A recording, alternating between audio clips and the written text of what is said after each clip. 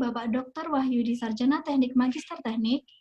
Selanjutnya yang saya hormati Ketua Prodi Teknik Elektro, Bapak Yuli Sarjana Teknik Magister Teknik. Yang kami hormati narasumber kita pada siang hari ini, Bapak Nur Saudi sebagai General Manager HROD PT Ricobana Abadi. Dan juga seluruh peserta webinar KKL Online Angkatan 2017 yang berbahagia. Kemudian izinkan saya untuk memperkenalkan diri saya. Perkenalkan, nama saya Aifelia Mu'alifah-Turiska dari Elektro Angkatan 2017. Dan saya akan membacakan urutan acara yang akan kita laksanakan pada siang hari ini. Yang pertama adalah pembukaan, selanjutnya adalah sambutan dari Ketua Departemen Teknik Elektro, kemudian adalah pemaparan materi oleh narasumber yang dilanjutkan dengan diskusi dan tanya jawab, kemudian penyampaian notulensi oleh moderator, lalu ditutup closing statement oleh narasumber dan diakhiri dengan penutup. Seluruh peserta webinar yang berbahagia, mari kita mulai acara pada siang hari ini dengan berdoa bersama agar kegiatan pada siang hari ini dapat berjalan dengan lancar dan tanpa halangan apapun. Berdoa menurut kepercayaan masing-masing dimulai.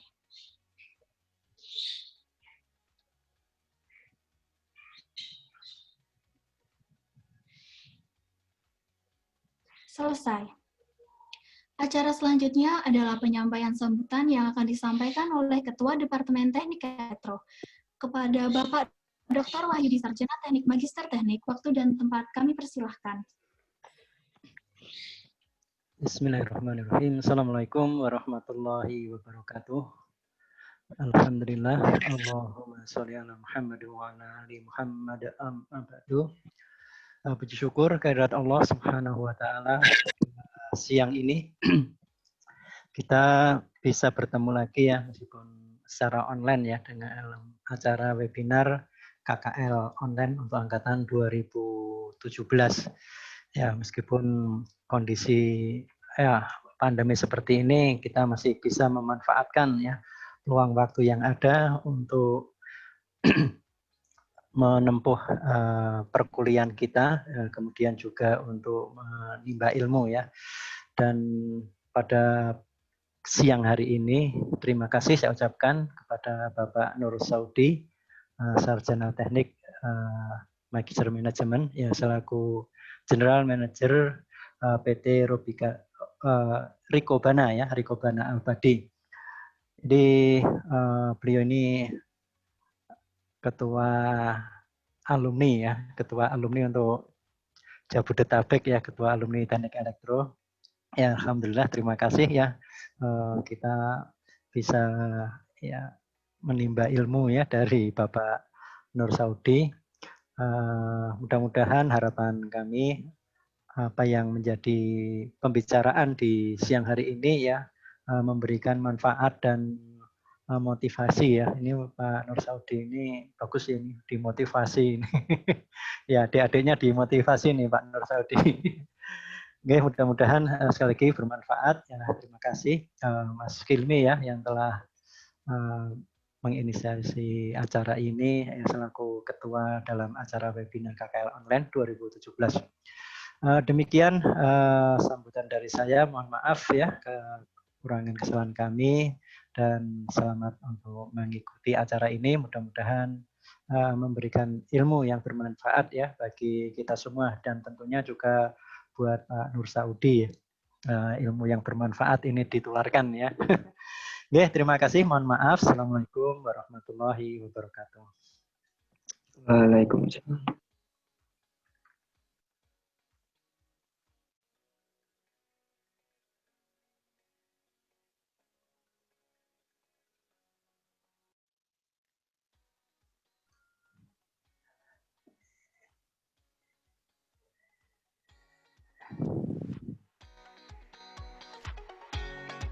Ini Mbak Afelia, ini masih mute ya?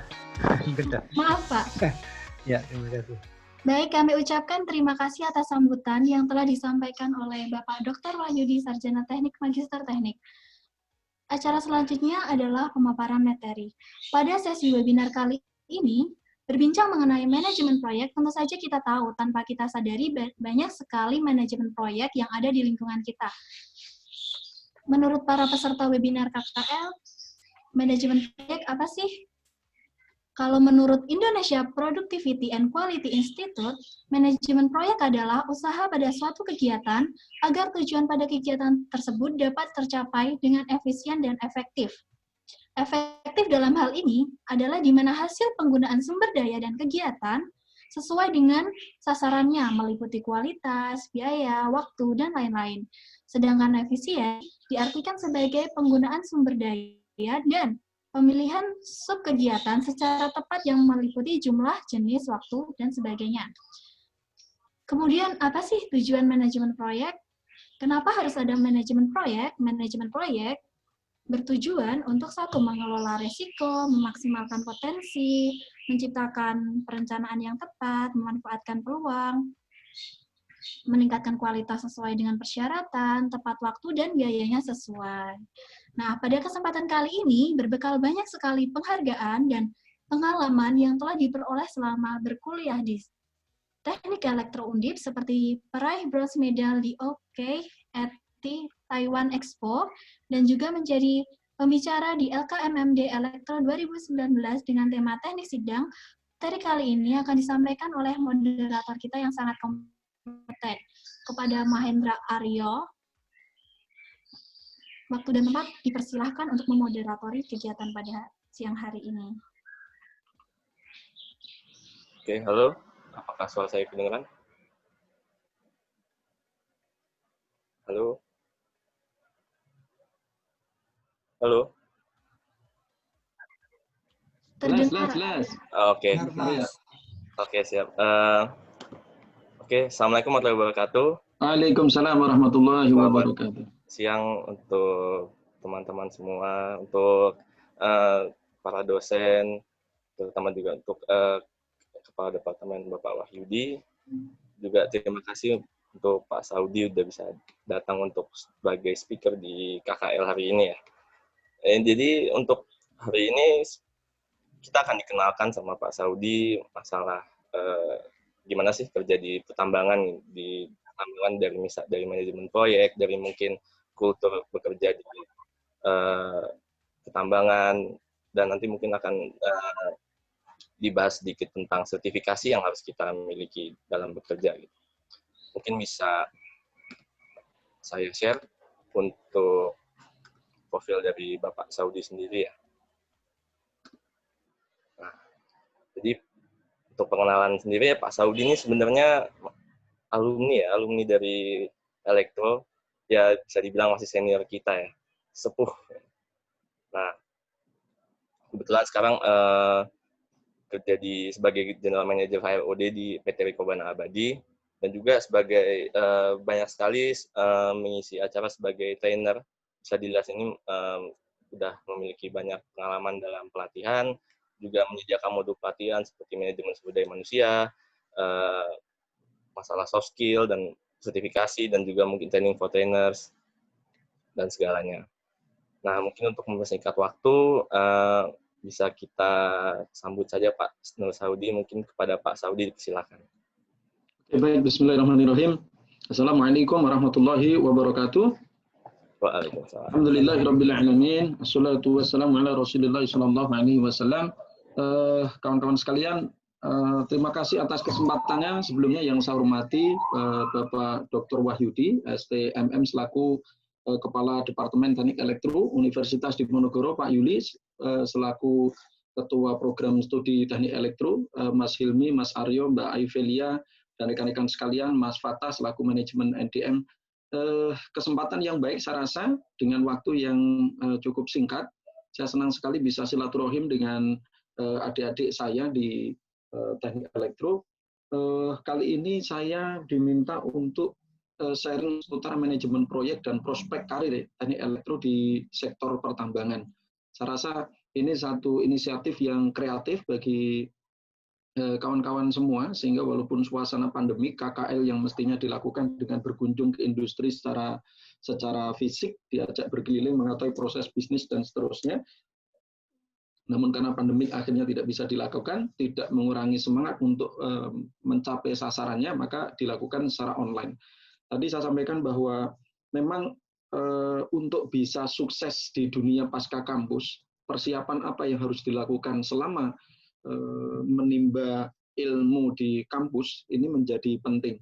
Makanya program sekarang di Kementerian Pendidikan mendekatkan industri ke kampus dan mendekatkan kampus ke industri menjadi satu langkah yang tepat saya rasa.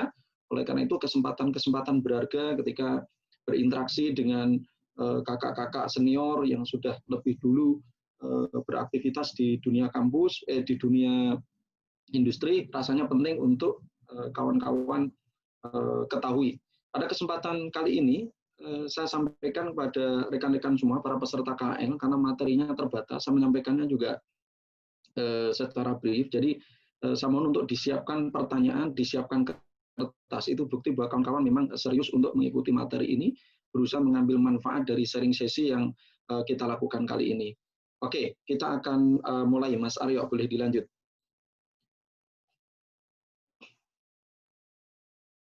Oke, saya sampaikan perkenalan tentang visi Riko Bana Abadi, menjadi perusahaan kontraktor pertambangan terkemuka di Indonesia yang secara profesional memberikan layanan terbaik bagi pelanggan dengan mengutamakan keselamatan kerja dan peduli terhadap lingkungan.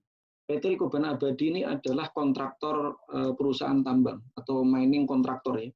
Jadi ini perusahaan mining kontraktor. Di dalam dunia pertambangan itu ada 3 jenis perusahaan. Jenis yang pertama adalah perusahaan pemilik konsesi pertambangan, ya, seperti di sini ada PT Berukul, di sini ada PT Adaro Indonesia, di sini ada PT Kideko Jaya Agung, ya.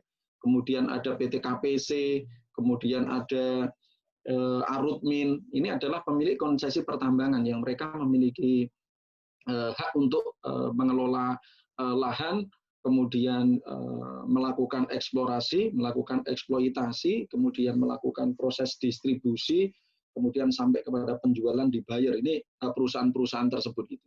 Nah, jenis perusahaan yang kedua adalah perusahaan kontraktor ya.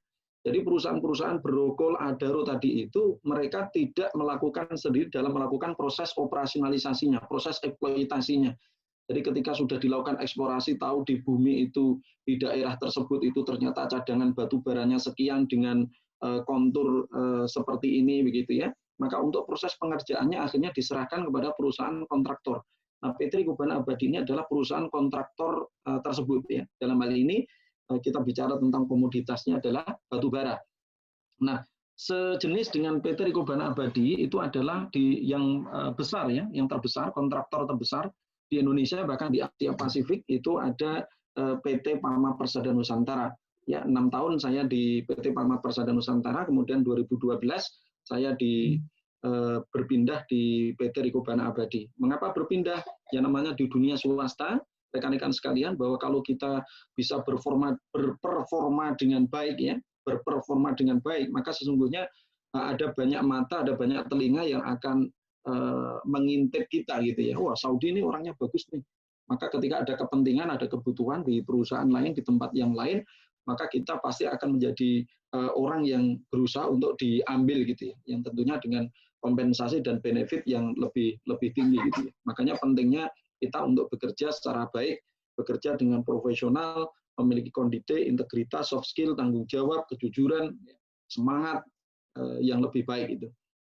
Tadi saya sampaikan kepada Mas Hilmi dan Mas Aryo bahwa saya setiap hari Minggu jam 8 sampai jam 9 malam ya, melalui channel Nusa Daya Mulia dan melalui channel TV Desa dan ditayangkan secara live di TV Desa, memberikan sesi sharing ya kepada masyarakat umum, dan saya rasa ini kepada adik-adik di teknik elektro, pada mahasiswa juga penting. Kenapa? Karena jangan sampai tidak mengetahui hal-hal apa yang harus diketahui, hal-hal apa yang harus dilakukan, sikap apa yang harus diketahui, sikap apa yang harus dimiliki untuk menyongsong dunia profesionalisme setelah nanti lulus gitu. Jadi banyak mahasiswa lulusan itu yang tidak memiliki ilmu ini gitu ya, sehingga bisa jadi lulusnya cepat, tetapi untuk bisa nembus di dunia profesional itu akhirnya menjadi terhambat. Atau lulus cepat kemudian masuk di dunia industri, tetapi karirnya menjadi terlambat ya, atau bahkan karirnya mandek begitu ya. Makanya saya ya termasuk bersyukur bisa menggunakan bisa berbagi sharing kepada kawan-kawan semua ya di usia yang masih relatif muda, bahkan termasuk di antara manajer-manajer yang lain yang termuda ya di PT Riko Bana Abadi. Saya diberikan tanggung jawab untuk menjadi general manager, di mana general manager ini posisi karir profesional yang tertinggi ya, karena ini di bawah direksi. Kalau udah direksi itu kan politis ya, artinya politis itu ditetapkan oleh RUPS, itu bukan karena kinerja. Makanya rekan-rekan sekalian harapannya juga memiliki potensi semangat untuk bisa sukses nanti bagi yang ingin berkarir di dunia profesionalisme.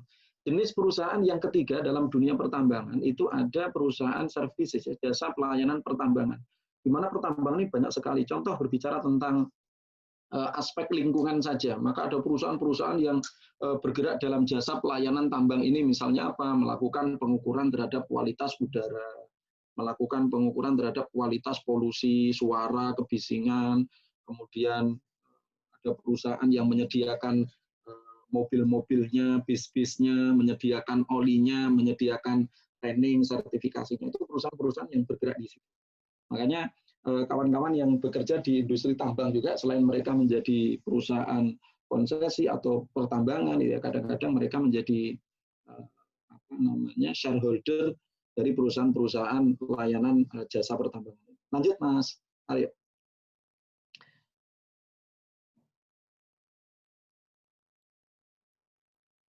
Belum berubah ya? Oke, kawan-kawan tadi disampaikan bahwa core value ya. Core value ini adalah nilai inti. Saya sampaikan sedikit tentang core values PT Riko Bana Abadi.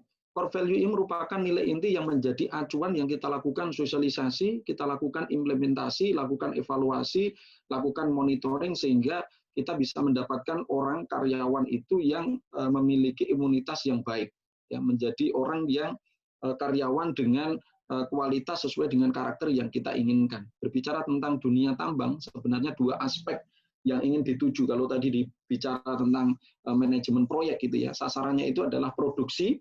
Jadi produksi batu bara itu bisa dihasilkan sesuai dengan target. Kemudian yang kedua adalah aspek keselamatan. Berbicara tentang dua sasaran tersebut, maka dituntut orang-orang itu memiliki kemampuan bukan hanya di sisi teknikalnya saja, tetapi dari sisi non-teknikalnya.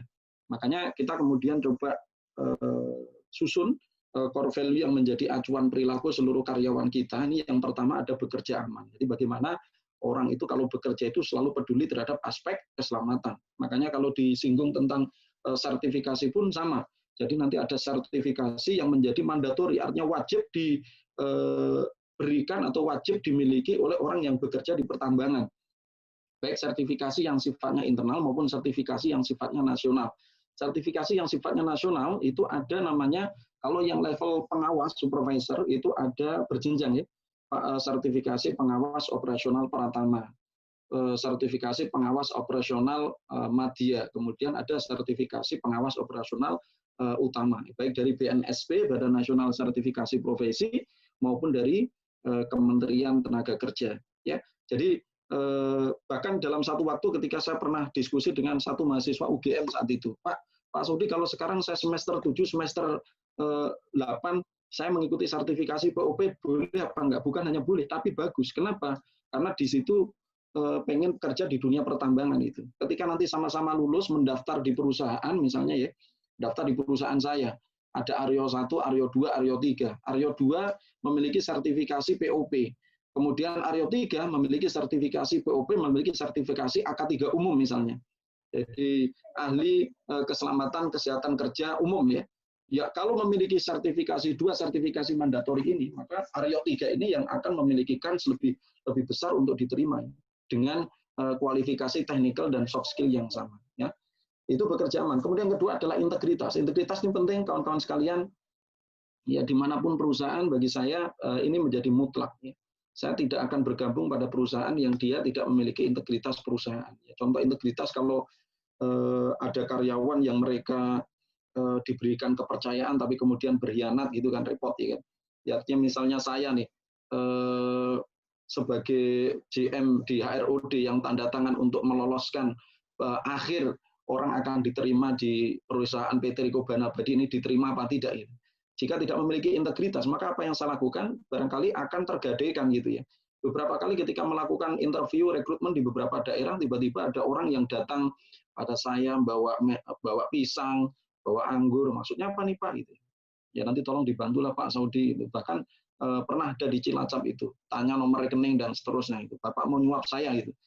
Jika seandainya itu terjadi kan repot ya. Makanya akhirnya ketemu orang-orang yang tidak terkualifikasi. Integritas ini penting. Nah, pada kawan-kawan juga hal seperti ini juga perlu dimiliki, perlu diketahui sejak awal ya. Nanti sesi-sesi yang lain berkaitan dengan soft skill ini karena core value ini banyak di soft skill. Nanti silakan bisa join di obat NDM tadi ya setiap hari Minggu jam 20 sampai jam 21 karena nanti akan dikupas banyak setiap minggu ya, setiap minggu. Kemudian ada sinergi. Sinergi ini kemampuan untuk bekerja sama karena berbicara tentang aktivitas di tambang itu tidak bisa dilakukan hanya person kemudian departemen, tapi kerjasama dari seluruh pihak, dan yang terakhir adalah ahli, artinya profesional. Profesional dalam arti dia berkompeten, gitu ya, kemudian memiliki kemampuan produktivitas yang tinggi, kemudian disiplin yang tinggi, gitu ya. Kenapa? Karena bicara tentang produktivitas ini ya, supaya tadi mencapai bahwa manajemen apapun, pengelolaan apapun, itu dilakukan kan tujuannya supaya tercipta efektif dan efisien.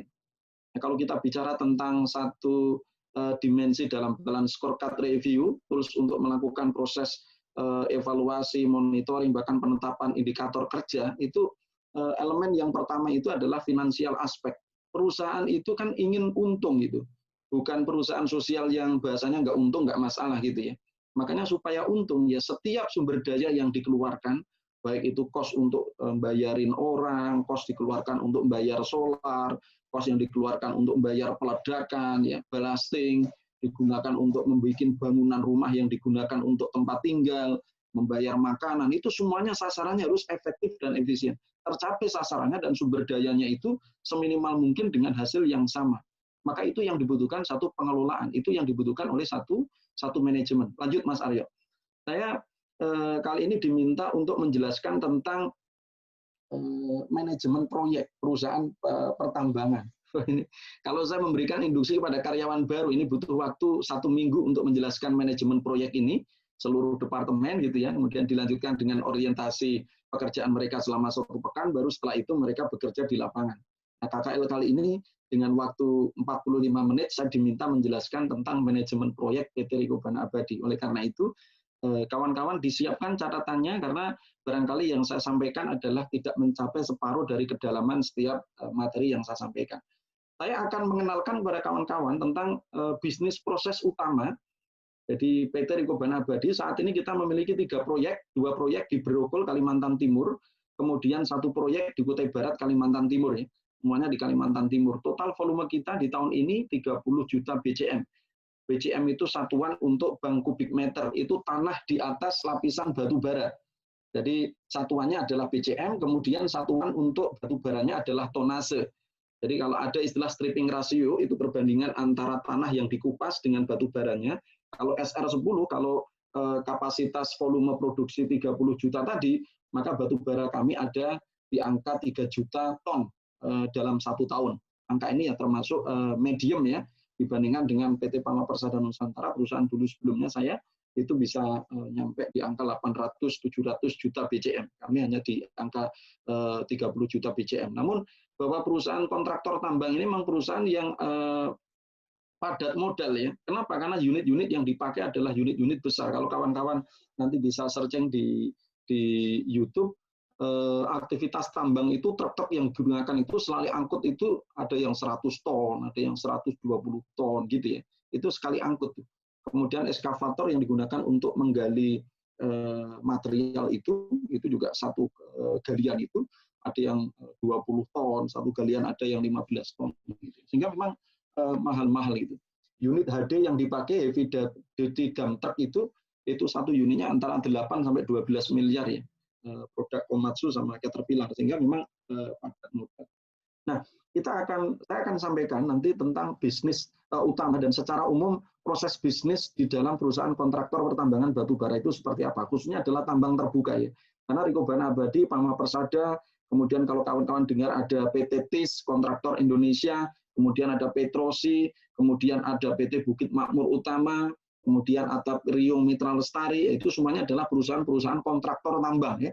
Itu adalah perusahaan-perusahaan kontraktor tambang. Sehingga nanti kawan-kawan kalau ingin mendaftar bekerja di perusahaan tambang, kontraktor tambang, ada lowongan dan seterusnya, jangan lupa selalu korespondensi kepada orang yang sudah pengalaman di bidang ini. Dalam hal ini adalah saya diundang kepada kawan-kawan sekaligus sebagai senior kawan-kawan. Jadi jangan lupa, jangan sampai kawan-kawan terjebak. Karena saat ini banyak sekali lowongan-lowongan pekerjaan yang palsu ya. Dunia tambang sedang buka lowongan ini dan seterusnya, akhirnya didatangi ternyata palsu. Jangan. Dan nanti bisa korespondensi pada saya. Saya selalu terbuka kepada adik-adik semua, kepada kawan-kawan semua. Misalnya Pak Saudi ini ada lowongan PT Riung Mitra Lestari, benar apa enggak Pak? Gitu kan. Oh benar gitu. Nah, syukur-syukur nanti kalau udah benar begitu, serius kerja di sana, serius Pak, punya sertifikasi apa? Ini gitu. Saya punya banyak kolega di perusahaan-perusahaan kontraktor itu, karena memang ya dunia tambang itu sempit lah. Dan kita bangun relasi dengan cukup baik. Ya, sehingga nanti kalau ada adik-adik kelas saya yang misalnya mau kerja di sana, bisa sampaikan bahwa itu ada Mahendra Aryo mau kerja di Riung tuh, diterima tuh anaknya baik, itu jaminannya saya misalnya. Nah, itu kan nanti bisa kita lakukan. Nah, kemudian yang kedua, memahami dan mengetahui tentang manajemen dan pengelolaan proyek, ini dari input sampai kepada output, prosesnya walaupun pekerjaan tambang itu ya sepertinya sederhana. Jadi ada gunung, itu kemudian diambil pohon-pohonnya, kemudian diambil tanahnya, kemudian diambil batu baranya, begitu ya.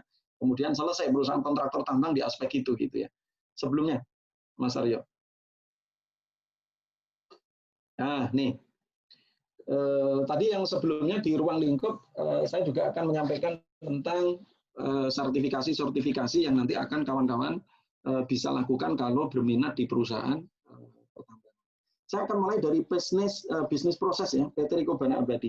Nah, kawan-kawan sekalian, ya prosesnya kan tadi saya sampaikan kan, perusahaan kontraktor tambang itu sebenarnya ya aktivitas secara operasional di lapangan setelah ada kontrak dijalankan. Aktivitasnya ya ini melakukan proses namanya land clearing. Jadi pembersihan lahan. Apa itu pembersihan lahan? Ibaratnya ada tanah yang masih ada pohonnya, ada semak belukarnya gitu ya, yang di dalamnya setelah dilakukan proses eksplorasi, kemudian ada batu baranya, maka kan harus dilakukan pembersihan lahan dulu nih. Nah, pembersihan lahan ini pun harus ada manajemennya supaya apa? Supaya efektif dan efisien. Supaya apa? Target produktivitasnya tercapai, keselamatannya tercapai. Kenapa? Ya ada orang meninggal gara-gara ketimpuk kayu. Karena kayu di Kalimantan itu diameternya bisa 60 sampai 120 cm ya. Itu tingginya bisa tinggi-tinggi banget itu gitu. Nah, itu kalau tidak tahu ilmunya, maka ya bisa berabe. Makanya ada sertifikasinya juga, sertifikasi pengawas land clearing, sertifikasi pengawas censo. Jadi yang digunakan untuk memotong kayu itu juga ada sertifikasinya gitu kan. Sertifikasi pengoperasian doser maupun eskavator yang digunakan untuk membersihkan lahan. Nah, ketika lahan itu nanti sudah bersih dari tumbuh-tumbuhan tuh ya, yang pertama bersih dari tumbuhan semak belukar, maka masuk pada operasional yang kedua, proses yang kedua yaitu soil removal. Jadi tanah yang mengandung humus, ya tanah lapisan paling atas, tebalnya kurang lebih 1,5 meter, itu dilakukan penerapan secara khusus. Tujuannya supaya apa? Tujuannya supaya nanti ketika selesai dilakukan proses penambangan, tanah penutup ini nanti digunakan untuk menutup paling atas supaya area atau daerah tersebut bisa ditanami kembali. Kenapa? Karena tanah di bawah soil ini itu udah tanah yang keras, overburden istilahnya, itu tidak bisa ditumbuhi tanaman. Makanya undang-undang Omnibus Law ini yang banyak rame dibahas itu salah satunya sebenarnya kalau dari sisi saya di aspek bisnis itu ya perlu direview, diketatkan lagi perihal aspek ini gitu lah. Kalau perusahaan tidak diberikan aturan yang tegas bahwa nanti setelah melakukan pertambangan, operasional penambangan harus melakukan tanggung jawab, melakukan reklamasi, ya reboisasi, penanaman kembali, ya maka nanti setelah penambangan kemudian ditinggal kabur, akhirnya apa? Terjadi kolam-kolam di daerah-daerah ini, merusak lingkungan kan begitu. Makanya perlu diketatin. Nah ini dalam proses bisnis kontraktor tambang itu masuk di soil removal. Nanti diletakkan di satu tempat yang di situ dikelola, dimonitor setiap sepekan sekali paling tidak. Bagaimana kandungan airnya, bagaimana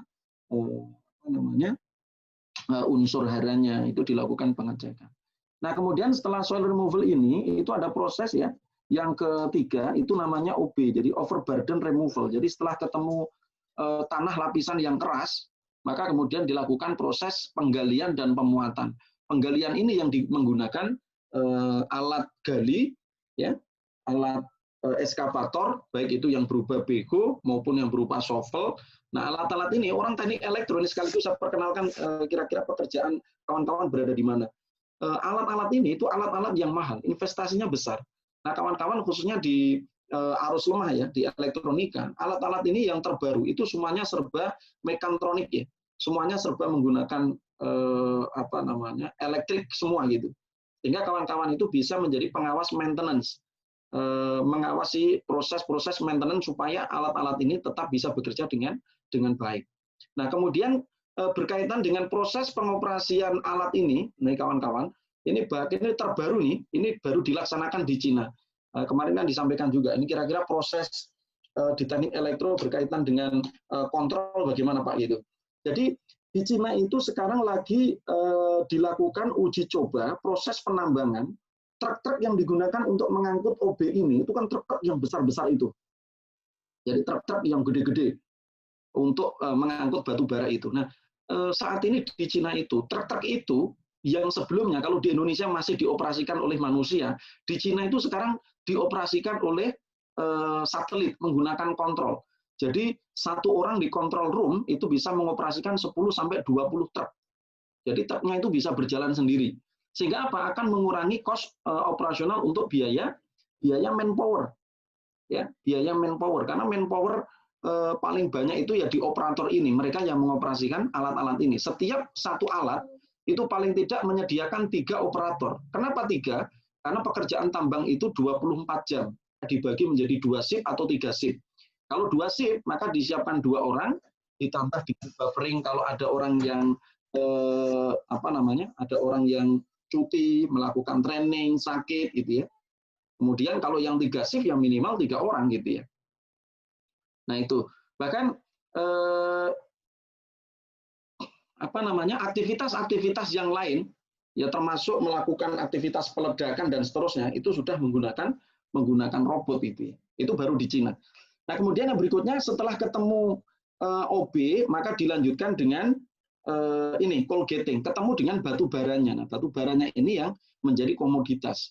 Nah, per ton batu bara ini kita dibayar per BCM, bank kubik meter, 1 meter overburden atau tanah ini, itu juga kami dibayar. Kemudian dibawa ke tempat untuk dilakukan penimbunan, baik itu batu bara maupun overburden tadi. Oke, lanjut Mas Aryo.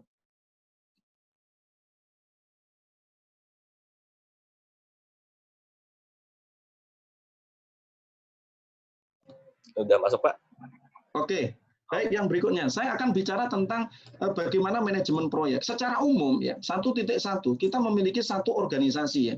Satu organisasi yang disusun, ada direksinya, kemudian ada GM-nya, ada manajer-manajernya, kemudian ada project manajernya, kemudian ada stafnya, ada operatornya. Nah, kemudian ada pembuatan kebijakan dan penetapan kebijakan. Jadi kita susun dulu aturan kerja kita, kemudian dilakukan rencana strategis tahunan. Jadi ini di akhir tahun mendekati 2021, kami nanti akan lakukan annual meeting di 2021. Nanti kita proses kerjanya bagaimana, pembagian orangnya bagaimana, kemudian analisa cost benefitnya nanti seperti apa. Itu nanti akan kita bahas, nah baru kemudian pengelolaan dokumen dan operasionalisasinya. Nah ini kemudian tentunya dengan persyaratan pelanggan. Makanya dimulai dari 2.1, ini ada aktivitas kontrak, ya. Dimulai dari kontrak dulu, dalam hal ini kami bekerja dengan Brokol misalnya, di tahun 2021 ini nanti kami akan bekerja dengan volume berapa, kemudian dengan SR berapa, kemudian dengan target berapa, begitu ya. Ketika udah tanda tangan kontrak, maka kita lakukan persiapan proyek 2.2. Nah, persiapan proyek ini ada banyak aktivitasnya. Saya jelaskan nanti berikutnya. Setelah persiapan proyek, maka dilakukan proses perencanaan tambang. Nah, proses perencanaan tambang ini yang meliputi, ini nanti dalam 1 tahun kita akan target produksi sekian diturunkan menjadi tiap bulannya sekian, tiap bulan diturunkan per minggunya sekian, per minggu sekian diturunkan per hari sekian ini diturunkan menjadi per jamnya ketemu sekian. Makanya bicara tentang produktivitas itu sampai kepada jam ya. Bagaimana supaya tercapai target di setiap jamnya, karena setiap jam tercapai maka setiap hari tercapai tuh mestinya tuh kan. Hari tercapai maka minggu tercapai, bulan tercapai, tahun tercapai. Baru akhirnya dapat bonus. Semakin banyak tercapai semakin banyak bonus. 2.4 dilakukan proses penambangan. Kemudian 2.5 dilakukan review kelanjutan dan penutupan proyek. Nah, ada manajemen pendukungnya tuh. Apa? Makanya ada perencanaan anggaran dan anggaran dan pembiayaan. Makanya orang ekonomi, ya orang manajemen itu masuk di sini. Kemudian ada 3.2, itu apa? Perencanaan tentang akuntansinya. Ya, pencatatan setiap pengeluaran itu jelas. Ya, ketika nanti diaudit dari sisi keuangannya, maka ini butuh akuntansi yang kuat. Kemudian apa? Ada manajemen pendukung, manajemen SDM. Dari bagaimana mengelola orang.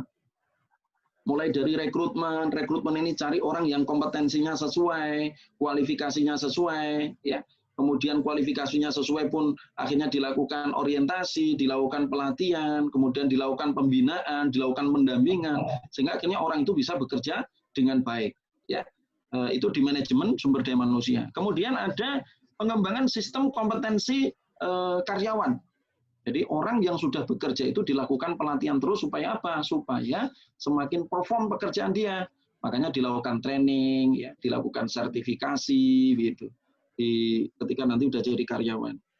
Kemudian ada 3.5 fasilitas pendukung dan akomodasi. Ya. Bekerja di perusahaan tambang ya sudah menjadi kelaziman ya. Mesnya disediakan, mesnya ber-AC, keluar dari mes sudah disediakan alat base-nya, transportasinya, laundry-nya sudah disiapkan, mau makan sudah ada kantin, mau olahraga ada tempat fasilitas olahraga. Jadi kalau kerja di proyek-proyek tambang itu ya kerja di dalam hutan gitu ya. Tetapi ya sisi lain uang kita utuh bagi kita atau bagi kawan-kawan yang memang tidak suka jalan-jalan gitu ya. Kenapa? Karena semuanya sudah difasilitasi. Hanya tadi berada di tengah hutan gitu ya. 1 bulan baru cuti, 1,5 bulan baru cuti ya, cuti 2 minggu gitu. Makanya dibutuhkan karakter-karakter tertentu. Kalau orang yang tidak suka sendirian di tengah hutan ya pasti akan stres, kan begitu. Makanya kalau ada karyawan baru kok dia cewek mendaftar di perusahaan gitu ya, itu hati-hati betul. Ya kenapa? Oh, cewek nanti di tengah hutan. Ya karena pernah ada satu ketika cewek nangis gitu, Pak, saya mau resign lah. Kenapa resign gitu? Diminta resign sama emak saya. Ya kenapa emaknya gitu? Karena sekarang saya sudah berumur, Pak, diminta segera menikah. Kalau di tengah hutan terus nanti mana ada cowok yang mendekati gitu ya. Begitu artinya pilihannya harus dipertimbangkan betul-betul ya.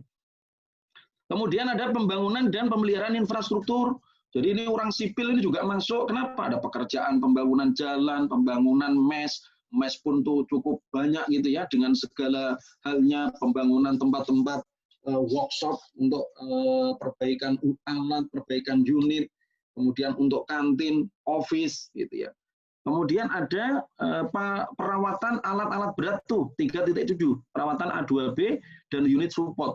Makanya untuk memastikan supaya produksi bisa berjalan, selain ada orang, maka alat-alatnya itu juga harus sehat gitu ya. Harus siap untuk dipakai gitu. Kemudian yang berikutnya adalah pengadaan barang dan jasa. Nah ini lahan basah nih, ya kan? Kenapa? Ya kan tentunya butuh supply. Ada vendor-vendor, siapa nanti yang menyuplai makanannya, siapa nanti yang menyuplai olinya, siapa nanti yang menyuplai kantinnya, siapa nanti yang menyuplai LV-nya, light vehicle-nya, ya, unit-unit Pajero, unit-unit Fortuner kalau di tambang itu buat aktivitas di tambang itu. Untuk operasionalisasi di tambang tuh unit-unit LV itu gitu kan. Kemudian layanan sistem informasi. Nah ini orang IT nih. Jadi semuanya berbasis untuk informasi itu dengan IT. Jadi bagaimana memastikan proses misalnya nih monitoring produktivitas dari alat-alat yang beroperasi di lapangan. Itu ada satu sistem control room yang di situ dikelola oleh orang IT yang kita bisa mengetahui nih pergerakan dari unit ini itu dari titik A ke titik B membawa dengan muatan berat sekian, kecepatannya sekian, jarak tempuhnya sekian. Ini kenapa kok jadi lambat? Ada apa? Sehingga apa? Dilakukan proses evaluasi. Tujuannya apa? Supaya menjadi efisien proses kerjanya. Oh, ternyata ini mampir kemana nih? Operatornya nih. Nah, itu menggunakan GPS, menggunakan CCTV, menggunakan controlling, ya, menggunakan monitoring. Itu orang di IT. Ya termasuk pengaturan di SAP. Nah, kawan-kawan nanti kalau pengen bekerja di dunia industri supaya lebih sakti, kalau ada sertifikasi SAP Enterprise, baik itu yang basic dulu lah, itu sangat bagus. Kenapa? Karena semua perusahaan rata-rata itu menggunakan SAP. Bahkan di BUMN pun SAP ini juga jalan. Di tempat saya juga ada menggunakan SAP ini. Sistem yang digunakan untuk melakukan proses monitoring, pencatatan, jadi per item dalam proses pengadaan di perusahaan itu jadi akuntabel. Ya. Kemudian yang berikutnya ini adalah pada masalah kesehatan ya. Jadi keselamatan kerja. Nah, ini juga menjadi sarana pendukung dalam manajemen proyek. Nah, kawan-kawan sekalian, ini adalah manajemen proyek secara brief, secara umum yang saya sampaikan kepada kawan-kawan. Secara materi itu ada di slide-slide berikutnya. Silakan Aryo. Nah, seperti ini contoh nih, rencana strategis itu apa saja yang perlu dilakukan? Oh, membuat kebijakan, menetapkan tujuan, visi dan misi perusahaan, KPI, core value perusahaan, ya, development system, pengelolaan dokumen dan pencatatan, itu ada dokumentasi transaksi, kemudian administrasi transaksi, tinjauan manajemen itu ada evaluasi efektivitas, contoh, dan seterusnya, dan seterusnya. Ini dilanjut saja, saya rasa nanti bisa dibaca pelan-pelan. Kemudian karena waktu saya terbatas, saya hanya 40 menit menjelaskan ini, sedangkan masih ada satu topik lagi yaitu berkaitan dengan sertifikasi. Saya ingin menyampaikan itu, saya lebih kepada kawan-kawan nanti kita diskusi untuk memperdalam proses ini ya, baik di manajemen proyeknya, kemudian di proses sertifikasi maupun peluang-peluang yang bisa kawan-kawan lakukan untuk di karir di perusahaan tambang. Kalau kawan-kawan lihat dengan proses bisnis tadi yang saya sampaikan, proses manajemen proyek yang saya lakukan, sebenarnya teknik elektro itu bisa masuk di mana? Satu, teknik elektro itu bisa masuk di departemen maintenance, karena di sana ada pengoperasian dan perawatan alat-alat berat. Jadi alat-alat berat itu supaya diperbaiki sistemnya menggunakan mechatronic, ini antara teknik mesin dan teknik elektro. Itu yang pertama. Kemudian yang kedua, teknik elektro, ini khususnya IT, bisa masuk di mana? Masuk di departemen IT. Ya, masuk di departemen IT yang tadi saya sampaikan. Kemudian masuk apa lagi? Teknik elektro, orang yang di power, itu bisa masuk di bidang support. Dalam hal ini support apa? Di general affair. Jadi mempersiapkan power supply untuk aktivitas office yang ada di lapangan, kemudian power yang ada di mes, kemudian membuat instalasi jaringan dari office ke mes, instalasi jaringan dari rumah genset, power house gitu ya, sampai kepada seluruh alat-alat yang membutuhkan, bisa masuk di situ. Nah, kemudian apalagi? Kemudian orang kontrol itu bisa masuk di mana? Orang kontrol itu bisa masuk di engineering. Dalam hal ini adalah melakukan proses kontrol tadi. Jadi kalau sekarang lagi mulai dikembangkan proses controlling terhadap alat-alat berat yang ada di lapangan, proses controlling terhadap alat-alat support yang beroperasional di lapangan, nah itu orang kontrol bisa masuk di situ. Ya, kalau orang telkom rasanya agak susah ya masuk di industri tambang. Kenapa? Karena biasanya udah di-handling sekalian sama orang IT. Oke, lanjut Aryo. Oke, ini lanjut saja. Oke, saya masih punya berapa waktu menit? Aryo, waktu saya berapa menit lagi? Ya, halo Pak. Maaf, tapi saya masih kesusahan buat nge-keluar dari ini sebentar Pak ya.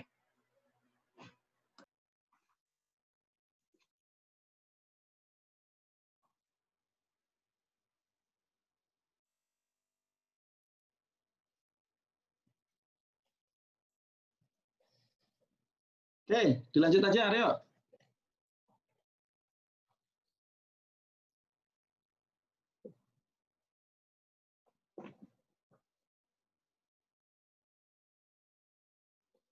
Slide-nya belum berubah nih, Aryo nih. Nah, ini ya. Tadi kawan-kawan ini seperti contoh nih. Yang sebelumnya.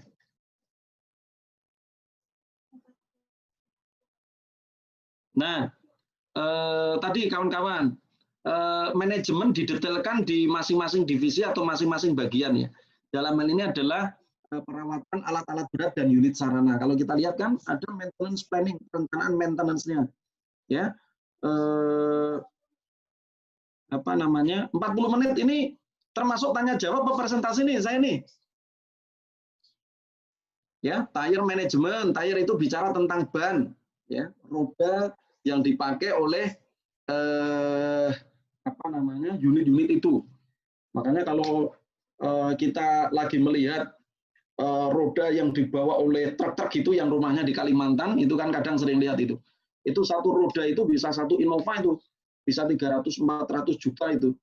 Ya, bisa 300 juta, bisa 350 juta itu satu roda itu. Satu roda. Ya. Kemudian ada aktivitas preventive maintenance. Jadi maintenance-nya itu supaya bisa berjalan dengan baik. Nah, ini contoh untuk manajemen di perawatan alat-alat berat. Tujuannya supaya apa? Tujuannya supaya bisa mensupport orang produksi begitu. Produksinya supaya bisa melakukan proses penambangan dengan tepat waktu sesuai sasaran ketika alat-alatnya sudah sesuai dengan yang ditargetkan kesiapan alatnya. Lanjut. Nah, ini tadi pengadaan barang dan jasa. Nah, pengadaan barang dan jasa ini aktivitas pergudangan, ya, kemudian aktivitas inventory. Pekerjaan kita itu kan banyak. Satu alat, satu unit untuk mengoperasikan. Saya pernah tanya kepada orang plan, orang maintenance, itu mereka punya spare part mulai dari yang gede sampai yang sil-sil yang kecil-kecil itu ada mendekati 4.000-an item. Jadi kawan-kawan bisa bayangkan itu satu alat dan setiap alat itu spesifik ya. Setiap alat spesifik. Artinya spesifik ya beda alat beda lagi. Artinya apa? Ini makanya ada pelatihan namanya manajemen inventory. Ini ada sertifikasinya juga tuh.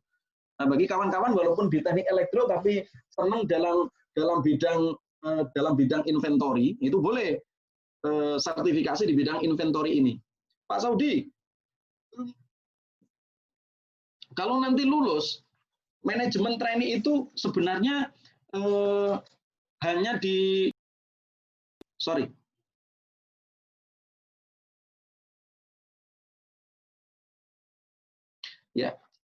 saya mau sebentar. Jadi teknik elektro itu bisa masuk di mana aja sih Pak? Kalau bicara tentang industri secara keseluruhan ya. Nah, kawan-kawan sekalian, sekarang banyak perusahaan itu mereka menetapkan bahwa manajemen trainee itu mereka tidak mensyaratkan jurusan tertentu. Ya, mereka tidak mensyaratkan jurusan tertentu. Semua jurusan bisa masuk. Bahkan saya punya kawan teknik elektro dulu Telkom apa arus lemah ya. Itu menjadi kepala cabang bank BNI di Nusa Tenggara. Jadi di BNI sana. Kemudian ada yang di BCA begitu ya. Masuk di perbankan juga bisa. Kenapa? Karena yang diinginkan oleh mahasiswa S1 di perusahaan-perusahaan tersebut, mereka nanti akan disiapkan menjadi level-level manajerial mereka itu. Yang dibutuhkan adalah knowledge manajemennya. Knowledge management ini apa? Knowledge management ini berkaitan dengan kemampuan berpikir, menganalisa sebuah masalah, bisa mengidentifikasi masalah ini apa penyebabnya, kenapa bisa begitu. Nah, kalau sudah tahu mestinya bagaimana, akhirnya tahu targetnya. Setelah tahu targetnya apa yang dilakukan? Oh, kalau begitu dianalisa penyebab dasarnya ini apa. Setelah ketemu, maka dilakukan rencana perbaikannya. Setelah ada rencana perbaikan, maka dilakukan perbaikannya, kemudian dilakukan evaluasi, kemudian dilakukan pelaporan, kemudian selesai. Nah, proses seperti itu yang diharapkan dari orang-orang S1 itu gitu. Makanya saya kemudian menyadari bahwa skripsi yang ditekankan oleh jurusan ya dalam sistem perkuliahan kita itu sebenarnya insight di balik kita mengerjakan skripsi dengan segala dinamika, dengan segala, nggak tahu kalau anak-anak zaman sekarang ya, kalau di zaman saya itu banyak yang menunda-nunda skripsi gitu ya, males dan seterusnya begitu ya. Itu sebenarnya untuk membentuk pola pikir kita memiliki knowledge management ini. Kalau kita cermati kan bab-babnya itu kan gitu.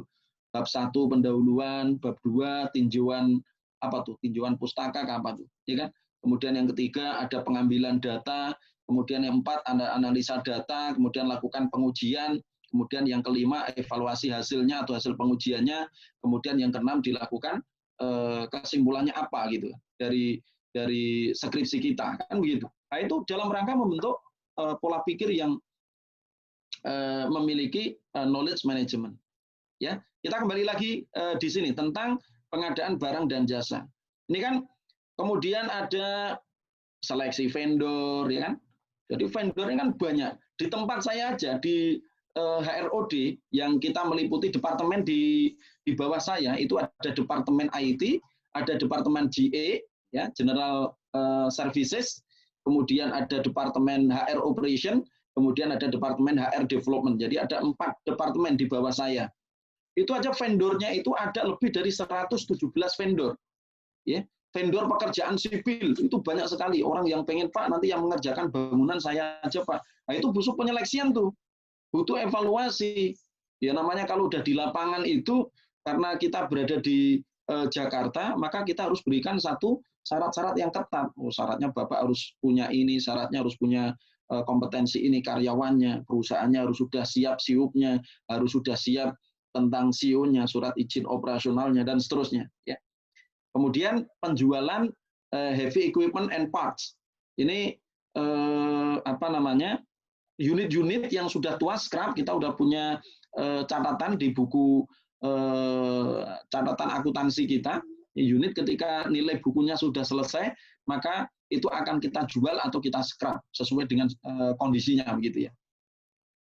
Nah, kemudian warehouse and inventory. Ini masih di maintenance activity. Jadi permintaan barang dan jasa.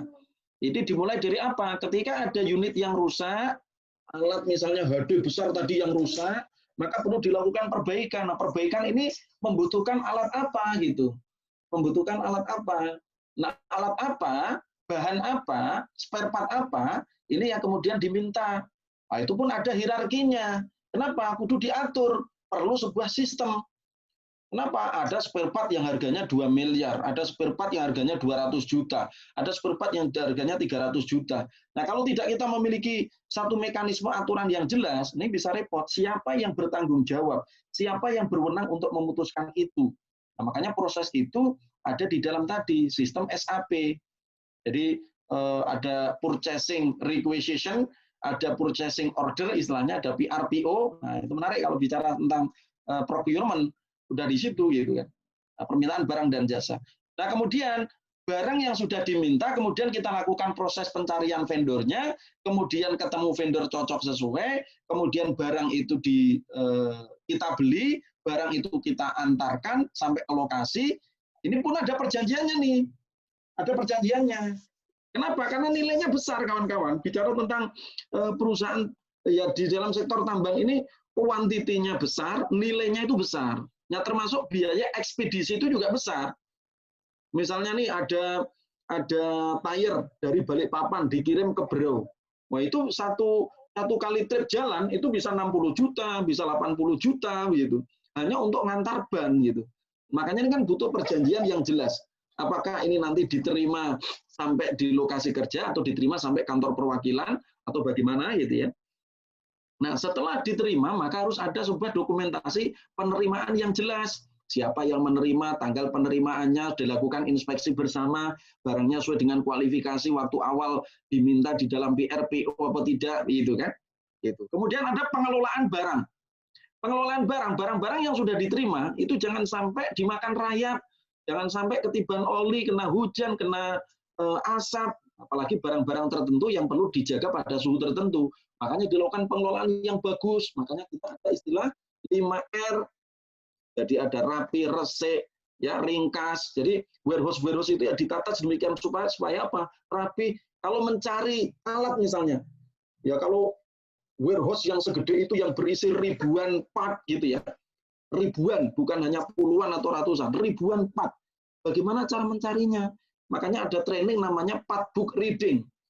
Jadi pembacaan part-part unit itu. Jadi setiap part itu ada part number-nya, ada nomor part-nya. Dan itu bisa sampai 16 karakter ya. 16 karakter, dan masing-masing karakter itu memiliki maksud. Karakter pertama ini menunjukkan lokasi bin-nya, karakter kedua menunjukkan lokasi slot-nya, karakter ketiga menunjukkan lokasi apanya gitu. Sehingga apa? Ketika mencari tersebut itu udah langsung tahu, oh ini untuk unit ini berada di slot ini, berada di bin ini, berada di rak nomor sekian, berada di kolom nomor sekian, berada di box nomor sekian, berada di nomor sekian gitu. Jadi itu bagian dari pengelolaan. Kemudian pengeluaran dan distribusi barang.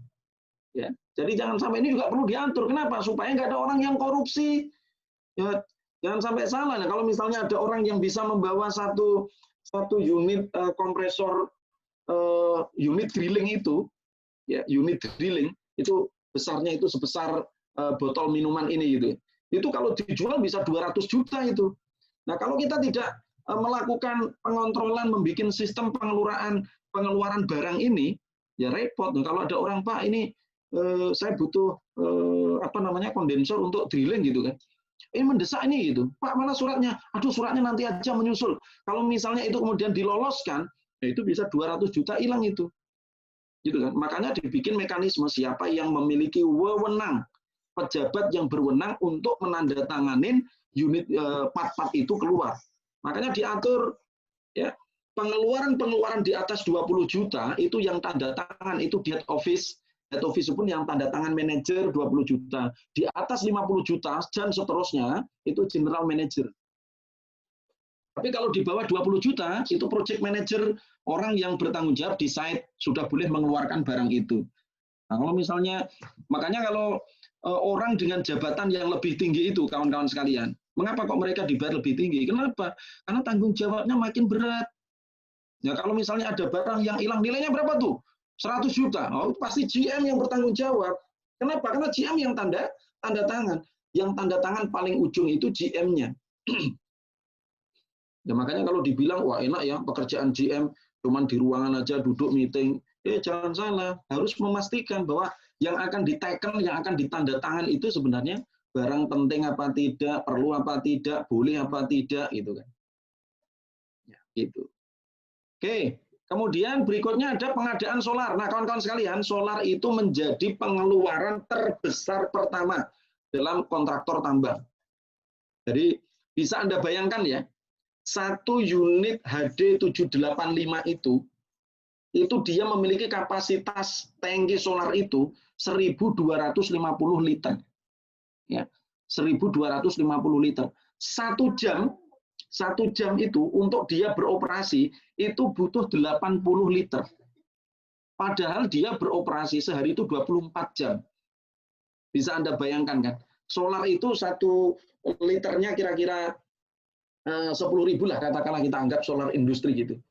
Makanya kalau kita evaluasi 1 bulan pengeluaran solar kita itu bisa 11 miliar, bisa 12 miliar, bisa 13 miliar itu. Nah, bicara tentang solar ini pun, ini kawan-kawan sekalian nih, panjang.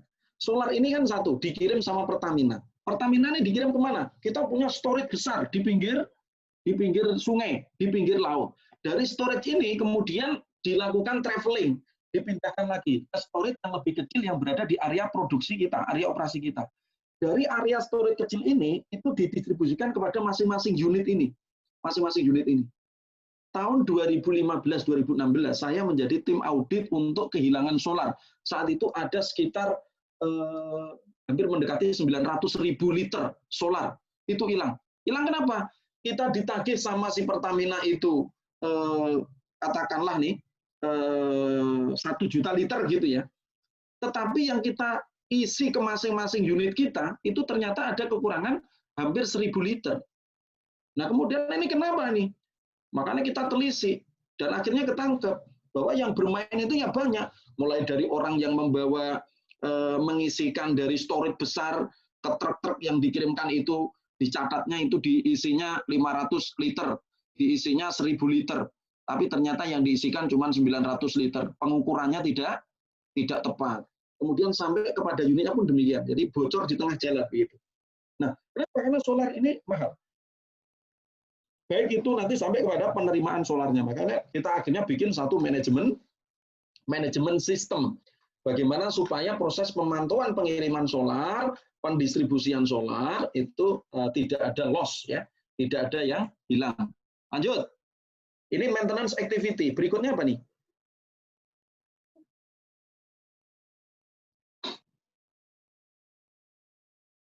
Nah, ini bicara tentang IT tadi. Bicara tentang IT, aktivitasnya itu ada aktivitas yang berhubungan dengan hardware, aktivitas yang berhubungan dengan software, dan aktivitas yang berhubungan dengan information system. Contoh seperti saat ini, saya lagi minta sama orang IT saya untuk apa? Untuk mendevelop sistem proses rekrutmen dan proses seleksi yang lebih fleksibel. Dengan cara apa? Kalau biasanya, misalnya Aryo pengen daftar PT Riko Bana Abadi, sekarang tidak perlu lagi datang ke Jakarta, tapi nanti kita belikan satu link, kita berikan satu guidance, sehingga nanti psikotesnya bisa dilakukan di rumah, interviewnya nanti bisa dilakukan di rumah, ya. Kemudian proses memangkas biaya-biaya yang harusnya dikeluarkan yang secara fisik harus datang. Itu contoh information system. Saat ini kami juga lagi bangun intranet, ya, untuk seluruh karyawan kita. Sebagai sarana apa? Sebagai sarana knowledge management sharing.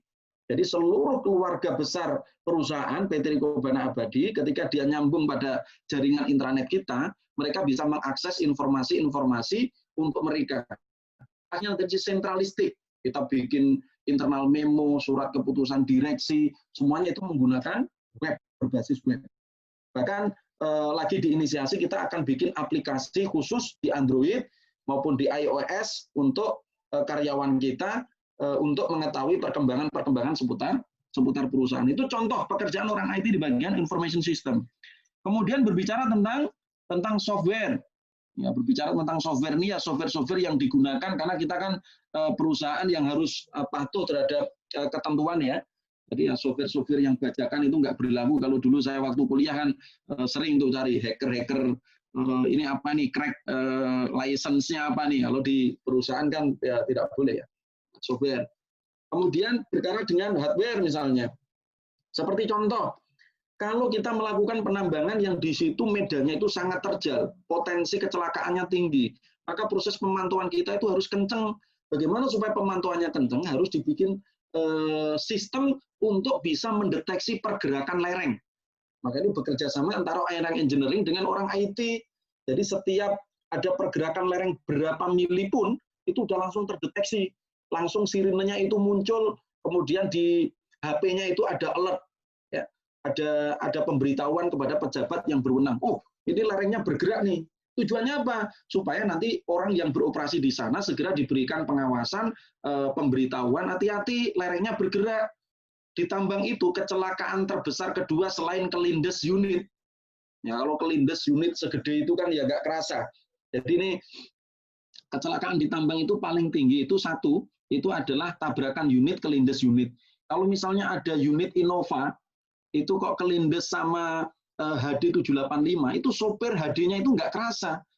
Ibarat kita naik mobil Avanza gitu ya, itu seperti menginjak batu setinggi 20 cm saja itu. Sopir HD-nya itu nggak kerasa. Makanya kalau pas area blind spot, saya punya kawan dulu di Pama Persada, satu manajemen training juga, meninggal, pengawas di lapangan. Jadi subuh-subuh dia bagi makanan, dia bawa unit kecil itu, seperti Triton itu, nah kemudian dia berada di area blind spot dari HD 785 yang sedang parkir. Nah kemudian ketika dibangunkan sama pengawasnya, HD ini, sopir driver ini dari tidur, dia kemudian bangun, langsung dia manuver berputar itu unitnya. Nggak taunya di samping itu ada kawan saya berada di mobil itu. Akhirnya kelindes, dia meninggal. Ya, makanya kudu hati-hati betul, ya, bekerja di tambang. Lanjut.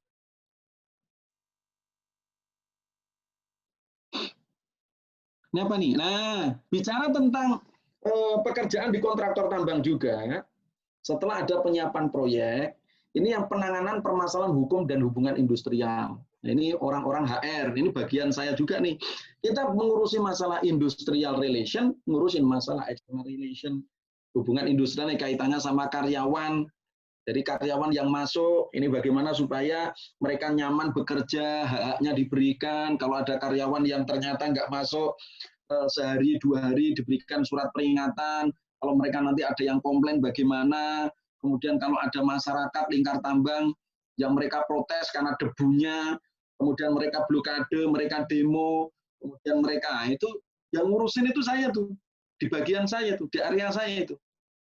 Ya, termasuk ketika ada gugatan di pengadilan, seperti pekan kemarin kami baru saja memenangkan gugatan karena apa? Karena ada karyawan yang dia dipecat tidak mau, ya.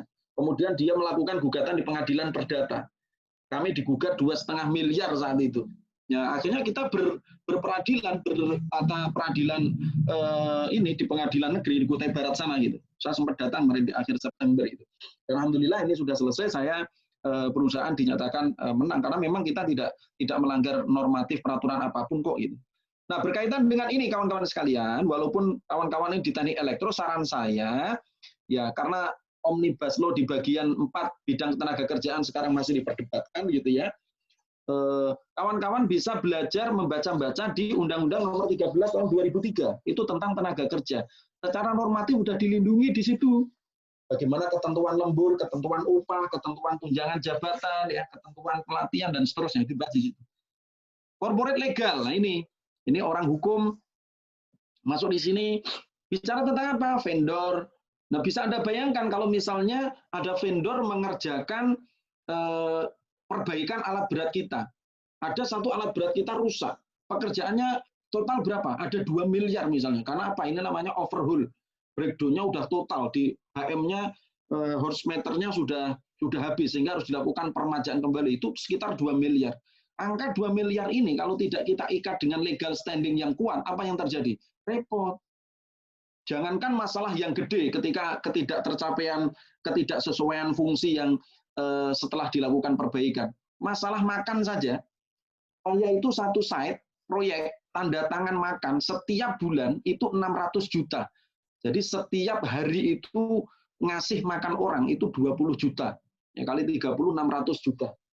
Jadi satu proyek kita itu satu bulannya itu 600 juta. Nah, artinya apa? Nah, kalau misalnya ada makanan yang ternyata salah order, legalnya tidak kuat, nah bisa rugi kita kan gitu, nggak efisien jadinya.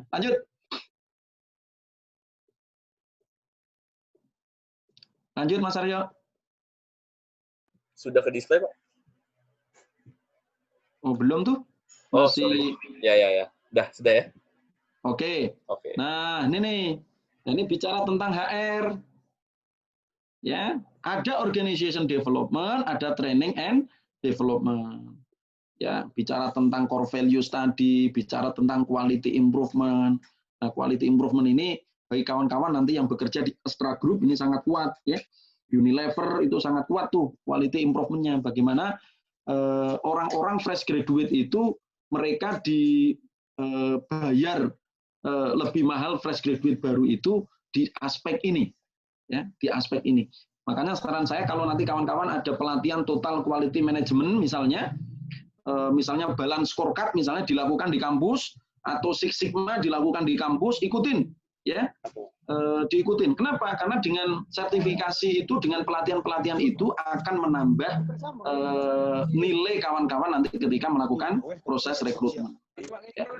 Kemudian karir manajemen itu yang ngurusin orang HR. Ya. Kemudian training development-nya sama, manajemen kompetensi, kita susun kompetensinya, bikin metrik kompetensinya, kemudian dilakukan trainingnya, manajemen trainingnya, itu di bagian HR. Tujuannya apa? Tujuannya manpower itu bisa memiliki produktivitas yang tinggi. Lanjut.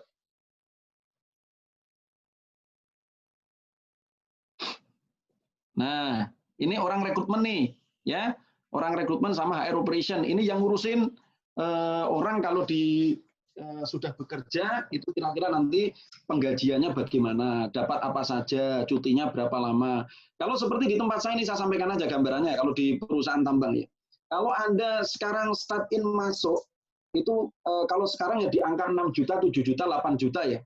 Ini di rata-rata perusahaan tambang. Kalau Anda di khusus misalnya di perusahaan yang khusus, nah itu bisa di angka 10 juta sampai dengan 15 juta. perusahaan-perusahaan multinasional. Kawan-kawan nanti kan pekerjaan favorit swasta yang dilirik oleh mahasiswa baru itu kan satu, oil and gas, yang kedua mining, yang ketiga adalah power ya. Nah, untuk bisa mendapatkan itu semua, kawan-kawan bisa selalu update, karena perusahaan-perusahaan yang besar termasuk perusahaan kami, itu juga kalau posting lowongan pekerjaan itu di Petromindo. Jadi www.petromindo.com. Selalu akses saja, nanti job gallery-nya itu selalu update setiap hari itu. Nah, kawan-kawan nanti bisa mengetahui di situ ada posting lowongan apa, kira-kira yang sesuai dengan diri Anda itu apa nanti. Oh, paling tidak, kalaupun sekarang belum lulus, kawan-kawan bisa lihat, oh ternyata persyaratannya itu adalah ini. Berarti kalau ini yang memungkinkan bisa Anda siapkan dari sekarang, itu apa misalnya? Oh, ternyata butuh sertifikasi POP.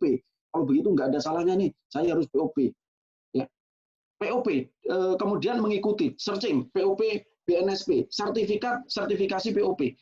Nanti bisa tanya-tanya sama saya, Pak Saudi, saya mau sertifikasi POP, Pak Saudi. Bisa nggak mahasiswa? Bisa. Nanti hati-hati juga, karena sekarang juga banyak vendor provider training yang abal-abal. Dia mengaku sertifikasi BNSP, tapi ternyata tidak sertifikasi BNSP. Makanya nanti bisa sering lah, bisa diskusi. Tujuannya supaya apa? Supaya kawan-kawan walaupun sekarang masih di kampus itu sudah mempersiapkan diri dengan lebih matang begitu ya. Karena apa ya? Karena sudah memiliki sertifikasi, tentunya akan memiliki bobot yang lebih baik. Lanjut.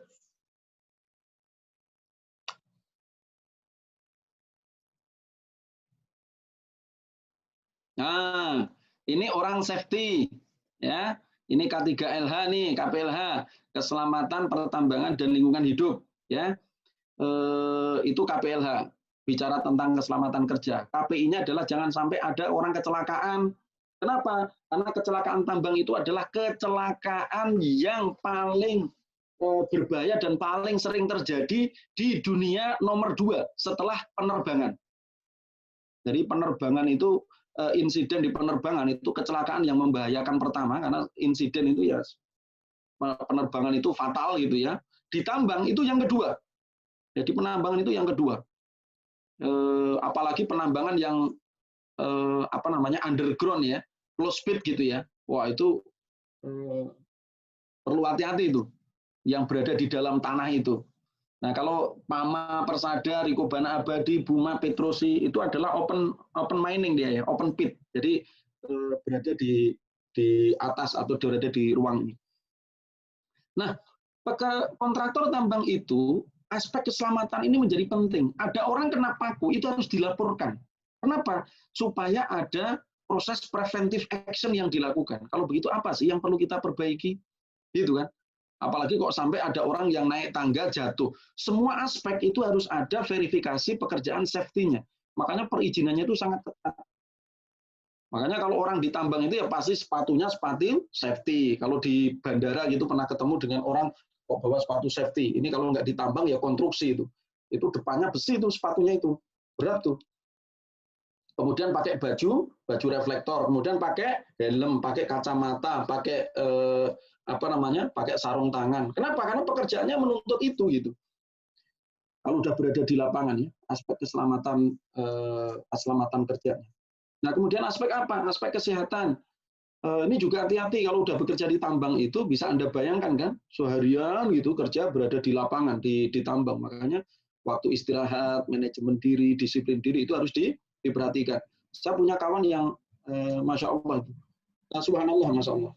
Teknik lingkungan Undip, bekerja di PT Rikobana Abadi, dan akhirnya meninggal dunia.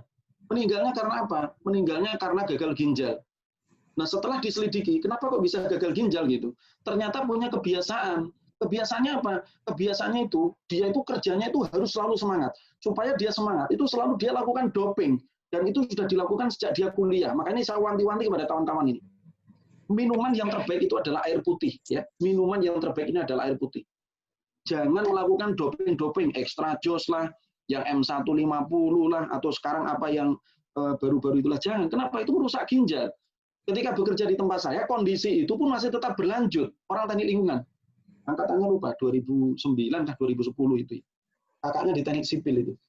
Akhirnya apa? Meninggal dunia. Kenapa? Karena gagal ginjal. dan gagal ginjalnya kemudian tidak dilakukan dengan baik. Gitu. Lanjut, yuk. Nah, ini orang tadi proses penambangannya tadi sudah saya sampaikan. Lanjut.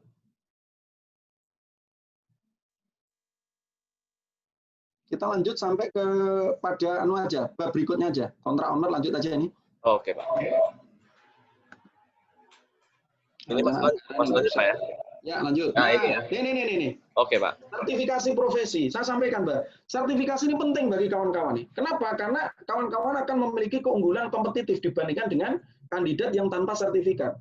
Sertifikasi yang saya maksudkan, saya sarankan kepada kawan-kawan, ambil sertifikasi nasional yang bersertifikat burung Garuda, sertifikasi BNSP, Badan Nasional Sertifikasi Profesi. Materi ini sebenarnya ada 2 jam materi tentang ada SKK, ya, standar kualifikasi kerja, ada SKKNI, ya, standar SKK, standar kompetensi kerja NI, Nasional Indonesia. Jadi ada SKKNI, ada SKK. Nah, kawan-kawan bisa pelajari ini, itu nanti bisa dibuka di www.bnsp.go.id, bnsp.go.id. Sehingga nanti kalau cari tahu, Pak, ini ada sertifikasi yang akan diberikan oleh vendor training X misalnya. Nah, vendor training X ini benar apa tidak, itu cek di sana. Karena ada namanya LSP, Lembaga Sertifikasi Profesi. Itu semua terregister di BNSP itu. Kalau memang dia sudah terregister di BNSP, mestinya ketika dibuka di bnsp.go.id, itu akan muncul. Tapi kalau nggak ada di situ, dipertanyakan. Artinya dipertanyakan bisa jadi dia palsu, bisa jadi benar, karena ada keterlambatan pencatatan. Gitu. Ya, penting. Tapi bagi Anda secara individu, Anda akan lebih kompetitif. Dan ketika Anda nanti bekerja di luar negeri, misalnya, Anda dengan sertifikasi BNSP itu lebih menjual. Kenapa? Karena Anda sudah tersertifikasi, sudah diakui. Gitu. Seperti saya orang HR. Kalau ada orang yang bicara bahwa saya ini udah manajer HR gitu. Tapi bagi orang BNSP itu belum dikatakan kompeten. Ketika apa? Belum dilakukan sertifikasi. Nah, kalau saya sudah sertifikasi HR Manager dari BNSP. Saya sudah sertifikasi IR Manager, Industrial Relation, dari BNSP. Jadi kalau saya mengisi materi tentang ke-HR-an, itu secara kompetensi saya sudah tersertifikasi. Makanya kalau kawan-kawan pengen mencari materi tadi ya tentang ke-HR-an, ya kalau bicara tentang kompetensi, itu yang minimal sudah tersertifikasi kompetensi. Gitu. Dan saya sudah sertifikasi itu. Gitu. Nah, kalau sudah HR, sudah IR, itu digabung menjadi satu, maka lolos dalam sertifikasi GM, General Manager HR. Memiliki potensi untuk mendapatkan upah yang lebih tinggi. Kenapa? Karena Anda sudah mendapatkan sertifikasi. Nah, kalau sertifikasi Anda banyak, Anda itu nanti bisa bilang begini, Pak, saya bisa nego gaji nggak, Pak? Bisa, Mas. Berapa? 15%, Pak. Dari sini, Pak. Di sini 7 juta. Saya mintanya 8,5, Pak. Apa dasarnya? Saya sudah memiliki sertifikasi ini, Pak. Dan ini saya lagi menunggu sertifikat dari BNSP-nya gitu. Mohon dipertimbangkan gitu. Tapi kalau saran saya, Pak Saudi, saya ini kan baru fresh graduate. Tipsnya bagaimana? Kalau Anda bisa diterima di perusahaan, udah jalanin dulu saja. Sebagai apa? Sebagai batu loncatan. Kalau misalnya belum ketemu di perusahaan sesuai dengan keinginan Anda. Saya dulu punya anak binaan di BIA Studi Etos, itu Teknik Elektro, angkatan 2006. Namanya BIMO. Just BIMO. Sekarang di Pertamina Hulu Energi. Di mana? Di Sumatera itu, apa itu? Di Sumatera Selatan itu. Jadi di Pertamina, sebelumnya dia bekerja di PP. Dia bilang, Pak Saudi, pokoknya saya pengen masuk di Pertamina. Saya ini keterima di PP, saya jalanin dulu, Pak. Tapi saya akan ambil sertifikasi yang dipersyaratkan di Pertamina. Cakep, bagus itu. Gitu. Ya, akhirnya kan dapat uang yang lebih tinggi. Memiliki kesempatan yang lebih besar untuk mendapatkan pekerjaan, udah pasti. Tadi saya contohkan kan, area 1, area 2, area 3. Menunjang karir profesional. Karirnya juga lebih baik. Berikutnya. Ayo berikutnya, Rok. Ya. Nah, kalau bagi perusahaan, bagi saya nih, yaitu membantu menemukan kandidat yang tepat dalam proses rekrutmen. Orang yang sudah sertifikasi, biasanya kalau tim rekrutmen melakukan seleksi itu, akhirnya kan ketemu tuh di ranking 10 teratas, 20 teratas, 30 teratas. Orang yang punya sertifikasi itu pasti selalu masuk dalam proses perrankingan itu. Mau 10 kayak mau 20, mau 100 gitu kan. Tinggal nanti kita lakukan validasi, benar nggak nih manusia nih, dengan interview, integritasnya benar nggak nih, soft skill-nya benar nggak nih. Makanya dilakukan psikotes dan selanjutnya. Lanjut. Nah, ini contoh nih. Kalau di tempat saya, di perusahaan tambang, yang kawan-kawan itu nanti bisa ambil tuh, ada ini nih, ahli K3 umum, ya, ahli keselamatan kerja umum. Kemudian AK3 listrik, itu ada namanya sertifikasi AK3 listrik tuh. Ya, ahli keselamatan kesehatan kerja listrik. Kemudian ada namanya asesor teknikal. Ya, kemudian ada diklat SMKP, sistem manajemen keselamatan pertambangan. Ya. Kemudian ada juru las, ada juru ledak, itu ada tuh sertifikasi semua tuh. Nah, kalau Anda tertarik dalam bidang minyak, maka Anda harus memiliki sertifikasi AK3 umum, kemudian AK3 perminyakan. Ada AK3 perminyakan. Yang itu minimal sama pengawas. Ya. Sertifikasi pengawas operasional. POP dulu lah. Sertifikasi pengawas operasional Pratama. Nah, itu biayanya memang agak mahal. Makanya kalau udah bicara tentang sertifikasi, itu bicara tentang investasi bagi Anda. Karena rata-rata di atas 5 juta tuh. Di atas 5 juta. Makanya bilang sama orang tuanya, Pak, ini saya mau ikut sertifikasi. Loh, ini apa ini? Kuliah nggak ini? Bukan kuliah, Pak. Tapi ini sebagai syarat supaya nanti bisa lebih, lebih laku di pasaran, gitu kan. Nah, itu dengan sertifikasi. Makanya kalau perlu jangan ganti HP dulu, jangan ganti motor dulu, pulsanya dikurangi, nabung untuk apa? Sertifikasi. Karena sertifikasi itu sangat penting. Nah, Pak Saudi, saya pengen ikut sertifikasi apa ya? Anda harus tentukan dulu. Nanti setelah lulus, Anda itu pengen bekerja di bidang perusahaan apa? Kalau misalnya Anda pengen bekerja dalam bidang pertambangan, Anda coba cari-cari tuh lowongan-lowongan di pertambangan. Contoh tadi Petromindo tadi kan. Coba buka tuh lowongan-lowongannya. Kemudian di situ kan ada requirement-nya. Oh, ternyata rata-rata yang dibutuhkan adalah sertifikasi ini, sertifikasi ini, sertifikasi ini. Itu yang akan menjadi Anda pilih. Nah, kemudian untuk menentukan prioritasnya yang mana dulu nih, Anda bisa diskusi sama saya. Pak Saudi, ini ada sertifikasi list ini, Pak. Kira-kira mana dulu, Pak, dengan uang 7 juta yang saya miliki gitu. Nanti saya arahkan. Minyak misalnya, cari juga sertifikasi di minyak. Bidang power misalnya, cari apa sertifikasi yang dimiliki. Kawan-kawan, saya rasa cukup, kita lanjutkan dengan diskusi. Saya kembalikan pada Mas Aryo, silakan. Ya, baik, terima kasih Pak Saudi atas pemaparannya. Menarik ya, membahas tentang tambangan tadi di awal juga sudah membahas tentang manajemen proyek, walaupun memang hanya sekilas, tapi mungkin bermanfaat juga buat kita, jadi ada pandangan juga kalau di pertambangan itu kerjanya seperti apa, dan manajemen proyek yang ada di pertambangan itu seperti apa. Terus juga tadi masalah sertifikasi juga penting ya untuk kita, karena yang tadi sudah Pak Saudi bilang bisa menambah nilai kita, price kita di pasaran. Ya mungkin untuk sesi tanya jawab ini bisa teman-teman bisa di chat dulu dengan nama, NIM, tinggal ditulis, nanti saya panggil satu-satu. Ya mungkin silakan buat teman-teman yang mau bertanya, silakan list di chat.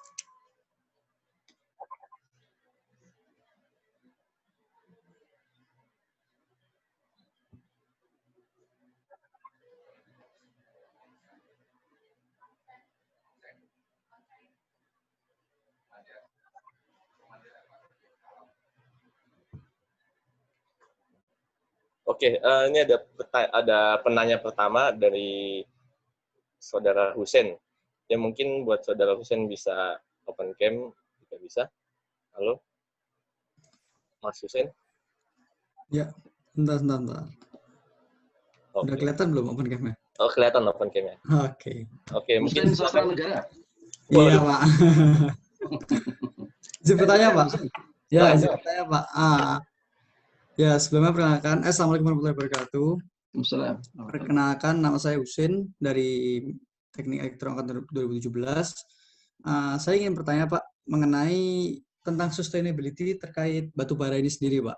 Kan batu bara ini kan kita ketahui merupakan energi fosil ya, energi yang mungkin di waktu ke depan akan punah. Nah, di sini saya ingin bertanya, apakah terkait sustainability tersebut berpengaruh atau berdampak pada proses kerja PT Ricobana tersebut, atau apakah ada bahasan di PT Ricobana tersebut terkait sustainability energy itu?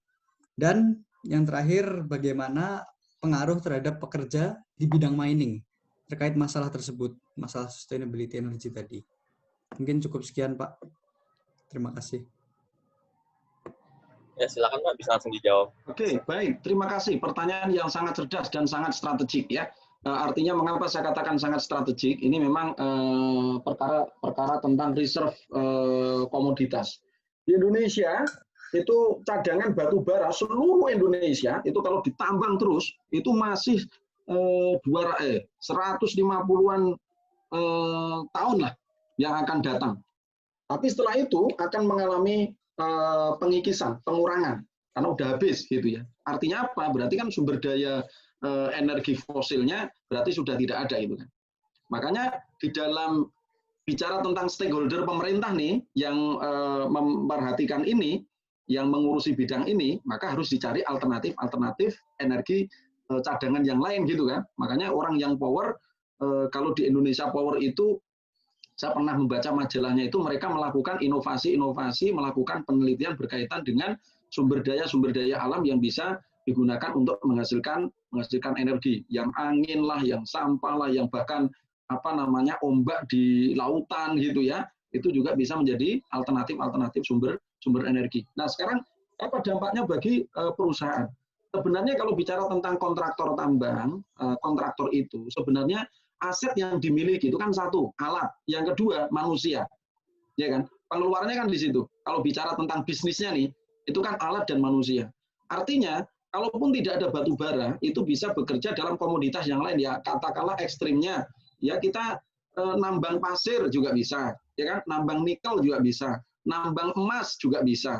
Sehingga alternatifnya itu masih cukup banyak. Apalagi sekarang nikel yang menjadi lagi rame-ramenya mobil listrik di Indonesia, yang perusahaan Cina lagi pengen bangun perusahaan di Sulawesi untuk nikel yang sangat besar, bahkan Indonesia nanti menjadi industri dengan produksi nikel terbesar gitu ya.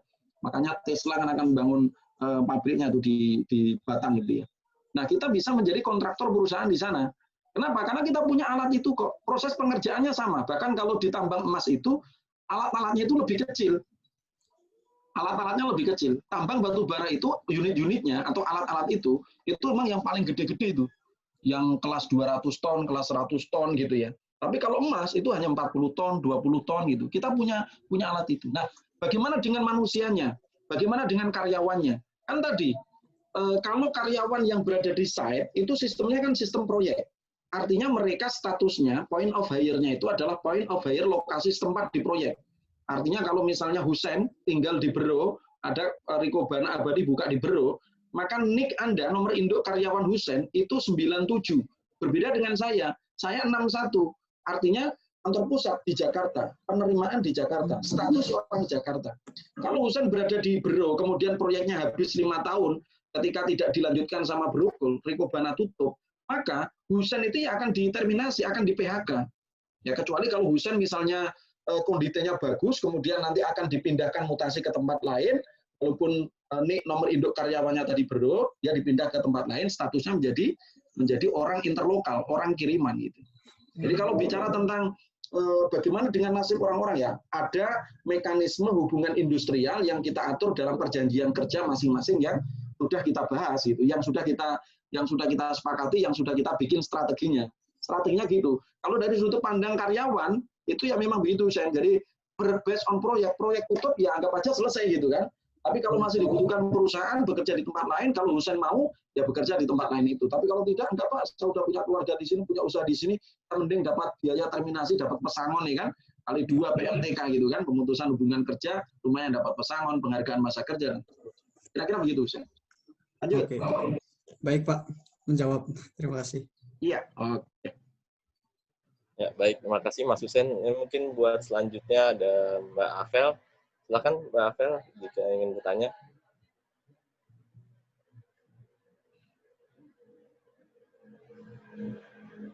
Halo? Baik, sebentar. Ya. Assalamualaikum warahmatullahi wabarakatuh. Waalaikumsalam warahmatullahi wabarakatuh.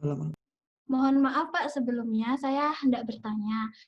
Tadi kan Bapak sempat membahas mengenai apabila wanita di sektor pertambangan harus dipertimbangkan lagi. Nah, kemudian saya juga sempat mendengar beberapa kabar mengenai kerasnya pekerjaan di bidang pertambangan, Pak. Nah, saya ingin menanyakan mengenai soft skill apa yang mungkin diperlukan khususnya bagi wanita-wanita yang ingin terjun di sektor pertambangan, Pak. Atau di sektor yang pekerjaan memiliki tekanannya keras gitu, Pak.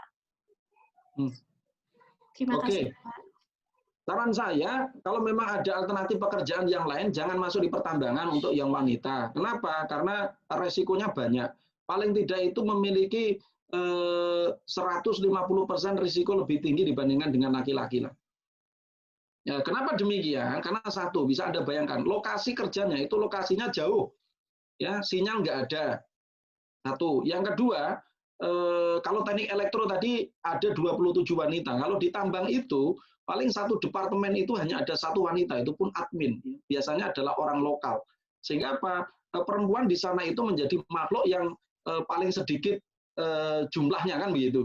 Nah, karena paling sedikit, kemudian orang yang bekerja di tambang itu memiliki waktu di proyek itu yang relatif lebih lama, jarang berkumpul sama keluarga, jarang melihat dunia luar gitu kan. Nah, karena di situ ada wanita yang siapapun dia itu gitu kan, yang kadang yang disuit-suit lah, yang kadang ada SMS masuk lah, itu kan menjadi faktor-faktor non teknis yang akan cukup mengganggu gitu kan. Ya belum lagi kalau misalnya ada orang yang, mohon maaf nih ya, kalau perempuan bicara tentang air misalnya, karena saya pernah ada MT itu pengen mengundurkan diri, orangnya cerdas dari UGM. Pak, saya pengen riset. Lah kenapa? Saya nggak tahan terhadap airnya. Maksudnya airnya budak, tahu budak ya? Ya menurut kita, menurut saya itu ya wajar aja, biasa aja gitu. Karena kita biasa berkemah, biasa ini kalau pas lagi di proyek ya makan aja. Yang penting secara kualitas pengukuran itu memang sudah layak untuk mandi. Tapi bagi cewek-cewek tertentu, waduh ternyata airnya kok begini, waduh ternyata udaranya begini, loh betul itu. Terus apalagi kalau Anda nanti dekat sama barjing ya, barjing itu kan batu bara, kualitas udara itu nanti tiba-tiba kalau kita bangun tidur, kita colek gitu ya, itu ya ada langesnya, hitam-hitam gitu. Kenapa? Batu bara yang bertebaran. Namun demikian, ya tidak menutup kemungkinan. Kalau saya, itu kan saya lebih senang saya sampaikan jeleknya dulu di depan. Tapi kalau mantep Pak, saya pengen bekerja di tambang, lanjutkan. Tidak sedikit kok orang yang berhasil di pertambangan sekalipun itu perempuan. Bahkan kalau di KPC itu yang menyopir unit besar tadi itu perempuan. Ya, itu perempuan. Nah, soft skill apa yang harus dimiliki? Satu, yang pertama, itu adalah ketetapan niat. Ini menjadi penting. Kalau sudah niat, maka jangan sampai menoleh. Apalagi kok nangis, apalagi kok pengen balik, nah itu enggak boleh. Harus sudah mantep. Hari-hari harus sudah dilalui dengan bahwa ini memang sudah aku niatkan dari awal. Ini menjadi penting. Ya, makanya niat ini supaya benar, supaya kuat, maka harus didorong dengan motivasi yang kuat. Motivasi yang pertama untuk keluarga, udah pasti, ya kan? Motivasi yang kedua, saya pengen belajar tentang pertambangan. Target saya 2 tahun di sini, setelah itu saya akan resign, saya akan bekerja di tambang, tapi yang di head office. Kalau nggak di head office, saya nggak mau. Jadi ada satu pengalaman juga, ada MT, bagus juga dia strateginya.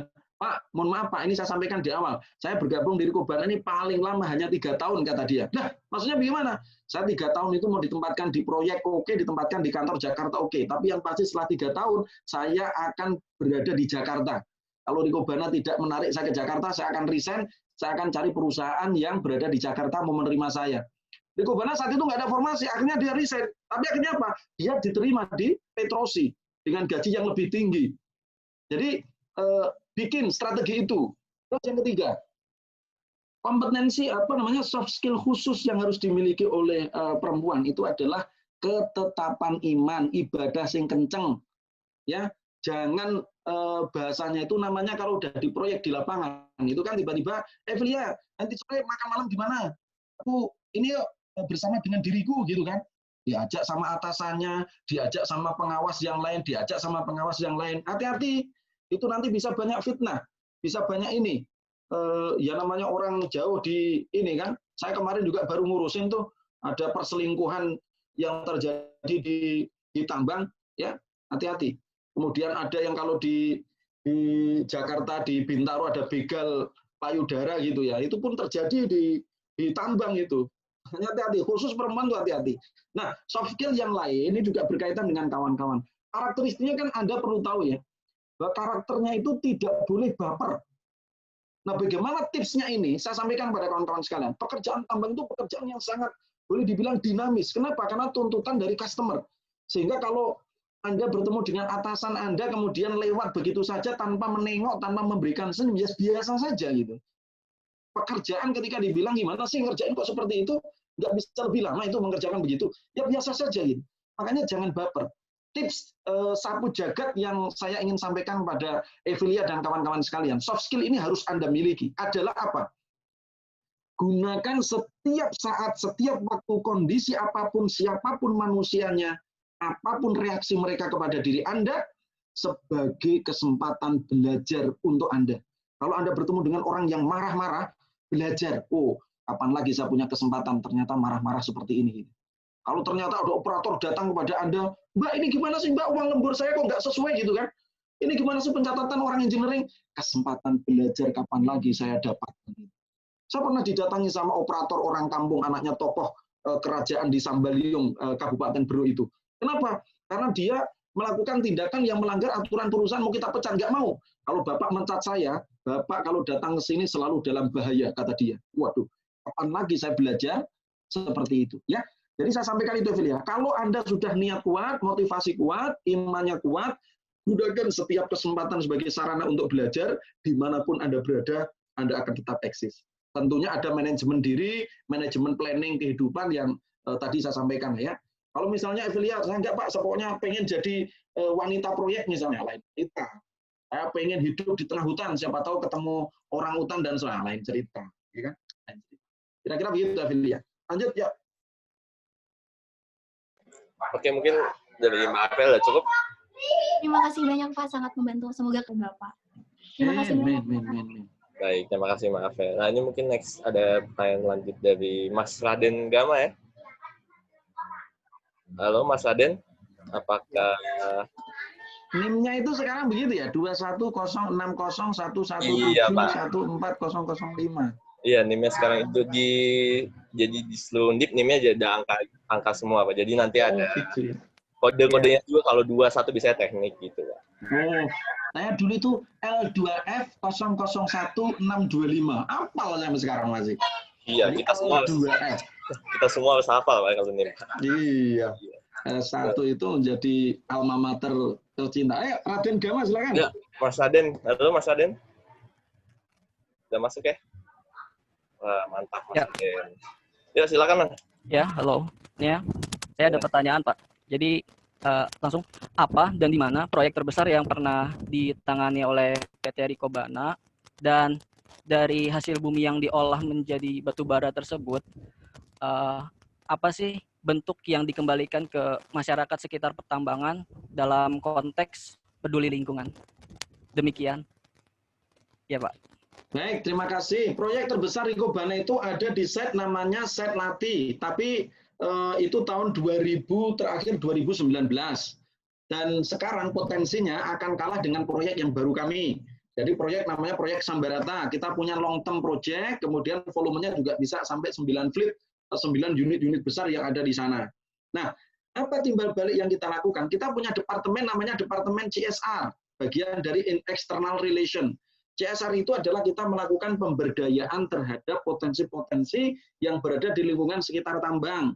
Lingkungan sekitar tambang itu ada masyarakat, ada tokoh masyarakat, ada tokoh agama, ada tokoh pemuda, ada koperasi-koperasi, kemudian ada tanaman-tanaman, aspek pertanian, aspek perikanan, ada aspek sekolah, dan semuanya itu menjadi perhatian kita.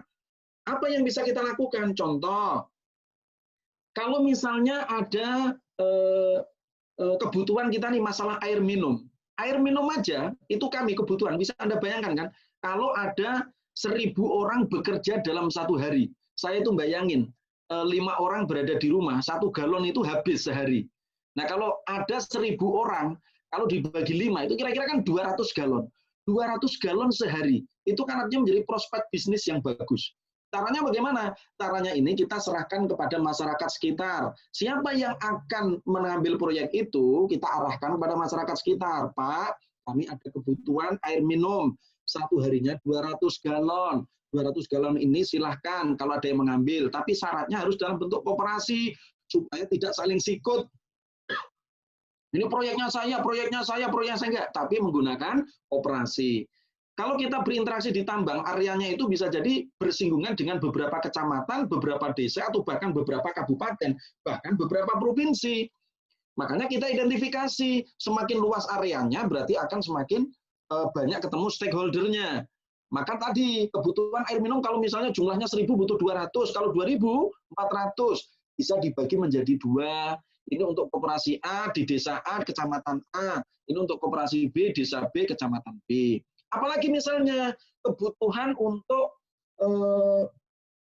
ini, misalnya makan tadi kawan-kawan sekalian, kalau sehari dengan karyawan tadi kalau 1.000 itu kan 2 proyek di Bro itu ya, 500 misalnya, itu kan 20 juta, 40 juta lah sebulan. Itu kira-kira siapa? Makan pun ini nanti siapa suppliernya? Siapa yang masuk sayurnya, siapa yang masuk berasnya, siapa yang masuk ininya. Kita bantu. Vendor-vendor makan kita itu kita arahkan, Pak, nanti sayurnya kepada koperasi ini, berasnya kepada koperasi ini. Supaya apa? Masyarakat ini terbantu.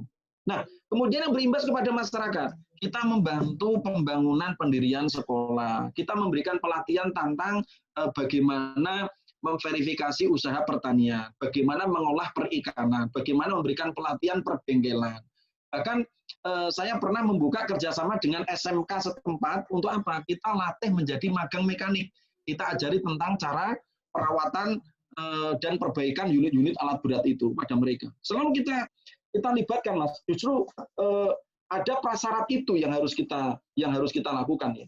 Ya belum lagi kalau misalnya ada perbaikan jalan, ada perbaikan musola, ada perbaikan ini selalu kita jaga. Karena kalau tidak bahaya kita bisa dikasih blokade di jalan, batu bara kita nggak bisa terangkut begitu. Ya, Raden Gama ya.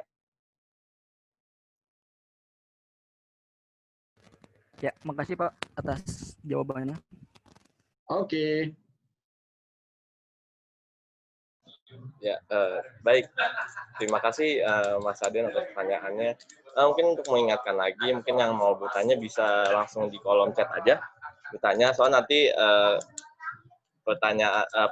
penanyaan terbaik nanti akan diberi oleh Pak Saudi, akan diberi sedikit hadiah dari kami panitia ya.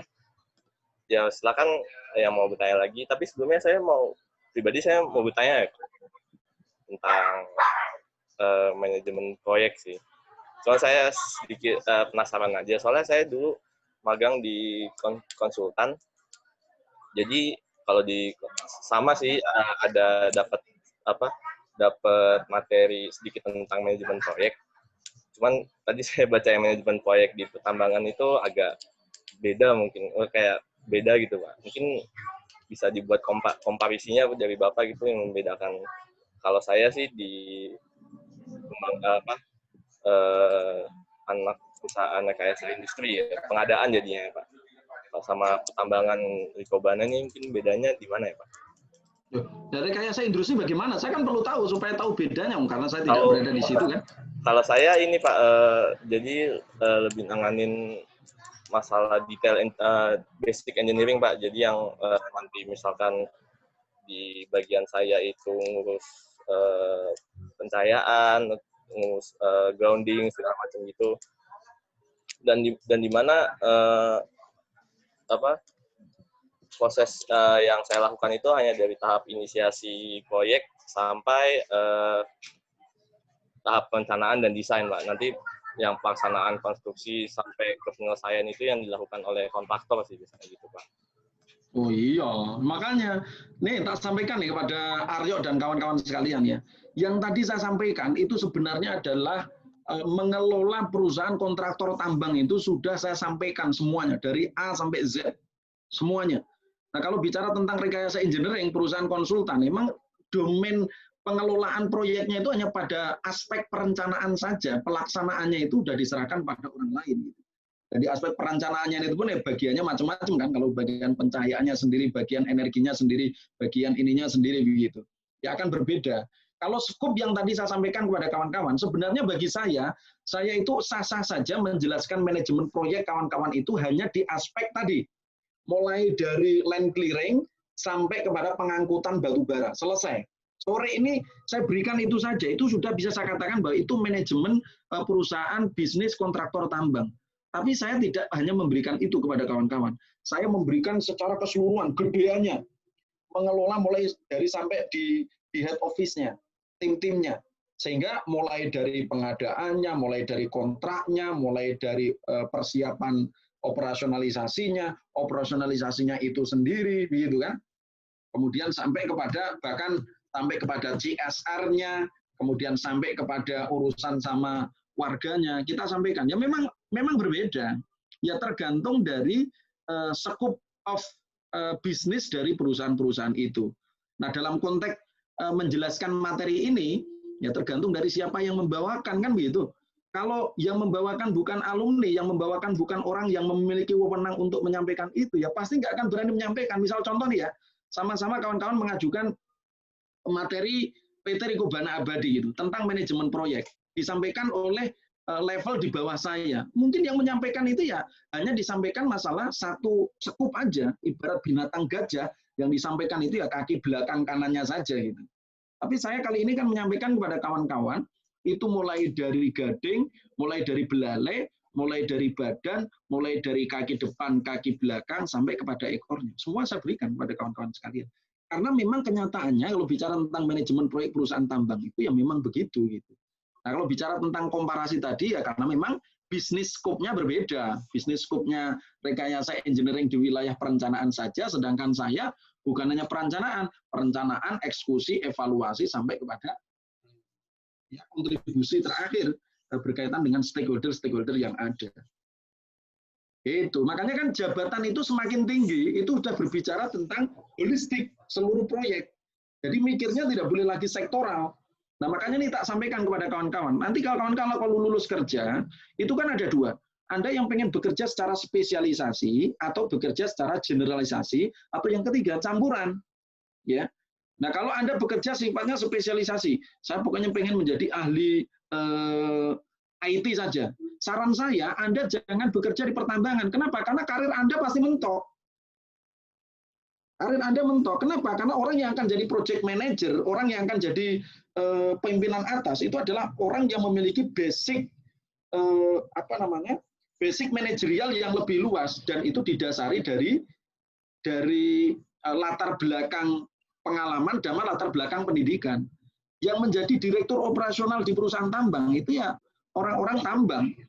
Ya kebanyakan orang-orang tambang lah pasti gitu kan. Tapi kalau Anda pengen karir bagus di IT, maka Anda masuk perusahaan IT. Apakah itu konsultan IT, apakah itu software IT, apakah itu penjualan produk-produk IT. Nah, itu nanti Anda punya karir di situ tuh. Kalau Anda pengen kerja dengan karir yang bagus dikontrol, maka Anda masuk yang di perusahaan bisnis prosesnya itu dikontrol. Nah, pertanyaannya, Pak Saudi kan orang teknik elektro, kok sekarang bisa masuk di HR dan posisinya tertinggi tuh di karyawan gitu kan, udah menjadi general manager. Nah, ini lain cerita. Karena saya memiliki satu passion, dan passion itu bagi saya mutlak, bahwa saya senang bekerja itu di bagian development. Nah, di teknik elektro itu mengantarkan saya dengan organisasi dan seterusnya. Saya tertarik dengan dunia development, baik organisasi maupun orang. Ketika di pekerjaan pun saya kekeh. Saya mau di bagian di Pama Persada, di bagian operasional, tapi operasional yang bagian development tim operasional gitu.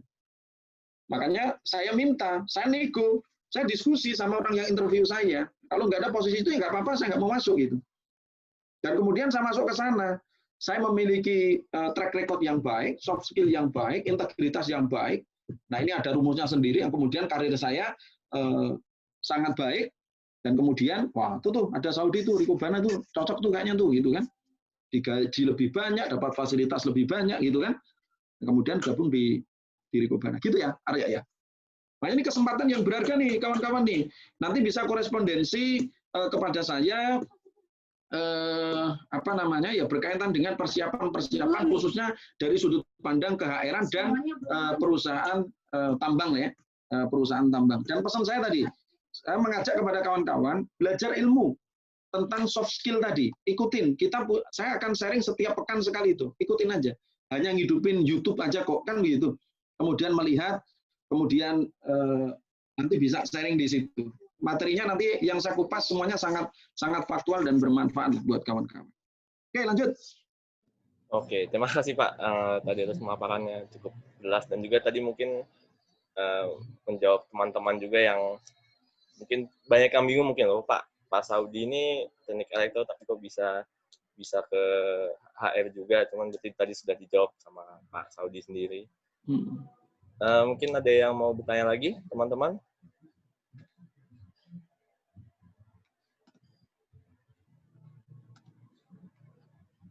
Oke, kalau misal sudah tidak ada yang bertanya, mungkin dari Pak Saudi sendiri nih Pak, karena kita ada sebuah hadiah untuk teman-teman tadi penanya, mungkin dari Bapak sendiri, pertanyaan terbaik menurut Bapak itu dari siapa ya Pak? Apakah dari Saudara Husein, dari Saudari Afel, atau dari Saudara Raden Pak? Kalau menurut Bapak? Ada berapa hadiahnya? Oh, 3 kan tiga-tiganya dapat itu. Oh, cuma 1 Pak. Oh, 1 ya? Ya.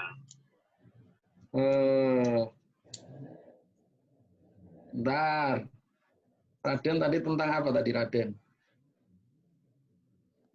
Husein. Wah, Mas Husein ya? Ya, Husein. Karena strategik analisis. Boleh. Oke, selamat kepada Mas Husein sudah mendapatkan hadiah dari kami yaitu Imani yang nanti akan dikirim ya ke Mas Husein. Ya, terima kasih Pak. Selamat. Ya. Terima kasih Pak. Yoi. Makasih Mas Husein, makasih juga Mbak Afel sama Mas Raden juga udah bisa berpartisipasi dalam diskusi kali ini. Mungkin ini terakhir dari saya, mungkin saya cuma menjelaskan sedikit lagi tentang materi yang sudah disampaikan tentang materi hari ini. Kita membahas tentang perusahaan pertambangan ya, yang dimana di PT Ricobana sendiri adalah perusahaan bekerja di bidang pertambangan.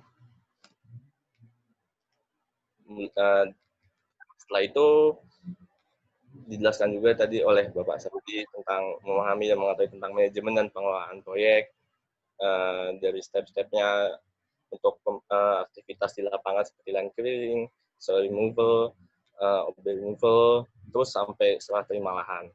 Dan juga dijelaskan oleh Pak Saudi sendiri dalam manajemen proyek ya, untuk singkatnya saja, itu ada 3 ya. Ada 3 step, yaitu dari manajemen umum itu untuk pembuatan kebijakan dan penerapan kebijakan. Setelah itu ada manajemen operasional, yang dimana manajemen operasional itu juga dibantu oleh manajemen pendukung. Dimana manajemen operasional sendiri yaitu kontak, ada persiapan proyek, ada perencanaan tambang, penambangan, terus ada review, kelanjutan, dan penutupan proyek. Setelah itu juga dijelaskan oleh Bapak Saudi tentang prospek-prospek ya, kalau misalkan dari elektro sendiri, misalkan dari power akan kemana, biasanya kalau tadi Pak Saudi jelaskan, kalau kita yang power biasanya bisa ke support atau maintenance, kontrol bisa juga ke departemen maintenance, dan juga engineering-nya juga. Setelah itu mungkin yang IT juga bisa yang berhubungan dengan hardware, software, dan information system. Nah, dan juga dijelaskan oleh Pak Saudi masalah sertifikasi profesi itu sangat penting ya untuk kita, karena di sertifikat profesi ini memiliki keunggulan kompetitif dibanding kandidat yang nggak punya sertifikat, memiliki potensi untuk mendapatkan upah lebih tinggi, memiliki kesempatan yang lebih besar untuk mendapat pekerjaan yang profesional. Nah, mungkin sekian dari saya, mungkin ada kata-kata terakhir dari Bapak Saudi, silakan Pak.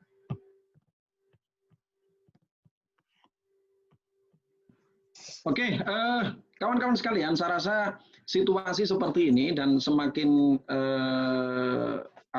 semakin kekinian, tingkat kreativitas kawan-kawan dalam mempersiapkan diri pada setelah nanti selesai perkuliahan itu memang kudu kreatif. Ya katakanlah begini, ya katakanlah kalau masing-masing orang jumlahnya ada 100, iuran Rp50.000, akhirnya terkumpul uang 500.000 begitu ya.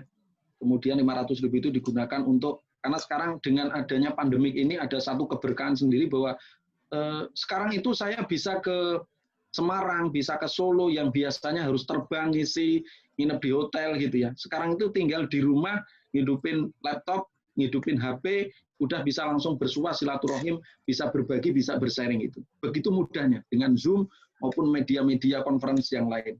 Artinya kawan-kawan ketika pengen, kawan-kawan misalnya 5 orang, bentuk aja gitu. Pak, ini ada sebagian kawan-kawan pengen lebih lanjut diskusi yang tertarik di bidang tambang, ketemu sama Pak Saudi gitu kan. Nggak perlu datang ke Jakarta, saya nggak perlu datang ke Semarang. Tinggal waktunya bisa apa enggak gitu kan. Kemudian janjian kita lebih dalam berbicara tentang bagaimana prospek-prospeknya. Pak, saya pengen belajar tentang, Bapak orang HR, saya pengen belajar tentang interview, kalau saya ditanya seperti ini, jawabnya bagaimana Pak baiknya. Nah, Anda juga bisa lakukan itu. Pak, boleh nggak Pak kita conference Zoom dengan 3 orang atau 4 orang? Itu langkah-langkah kreatif yang saya rasa perlu dilakukan. Diawali dengan KKL online ini saya rasa sebuah kreativitas, langkah yang baik lah dari kawan-kawan Angkatan 2017. Terima kasih atas kesempatannya. Salam hormat saya kepada rekan-rekan mahasiswa yang lain, kepada guru-guru saya, kepada dosen-dosen saya, kepada alma mater tercinta saya. Assalamualaikum warahmatullahi wabarakatuh. Waalaikumsalam warahmatullahi wabarakatuh. Terima kasih, Pak. Baik, terima kasih. Kembali lagi terima kasih Pak Saudi udah bisa mengisi acara hari ini. Terima kasih juga untuk teman-teman peserta KKL juga, teman-teman 2017 sudah bisa mengikuti KKL hari kedua ini. Jangan lupa besok masih ada rangkaian hari terakhir ya KKL, yaitu jam 10 sama di Zoom juga nanti akan dikabari lebih lanjut siapa pembicaranya. Jadi bisa pantengin angkat IG Elektro 2017 juga untuk info selanjutnya. Baik, cukup dari saya kembalikan kepada MC, silakan. Kami ucapkan terima kasih kepada narasumber kita yang sangat luar biasa, Bapak Nur Saudi sebagai General Manager HROD PT Riko Bana Abadi, juga moderator kita pada sore hari ini, Mahendra Aryo. Sebelum kita akhiri kegiatan pada siang hari ini, untuk seluruh peserta webinar, narasumber, dan juga seluruh dosen yang telah hadir pada kegiatan hari ini, diharap membuka kamera karena kita akan melakukan prosesi foto bersama sebagai kenang-kenangan. Untuk teman-teman, boleh open cam semuanya.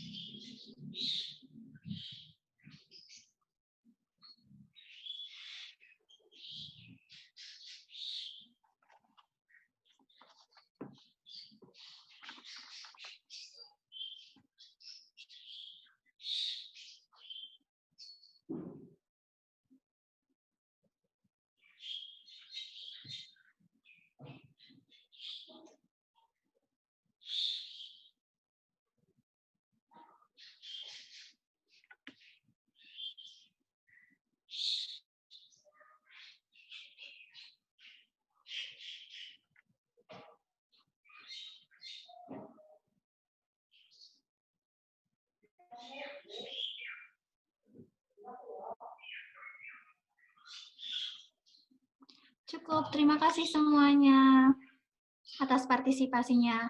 Dan akhirnya kita telah sampailah di penghujung acara.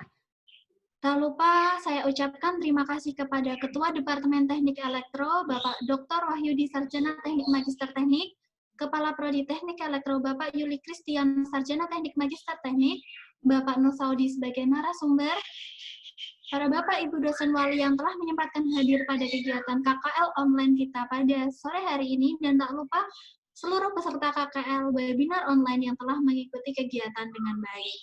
Saya juga memohon maaf kepada narasumber dan seluruh peserta jika terdapat kesalahan atau kekurangan pada acara kita di sore hari ini.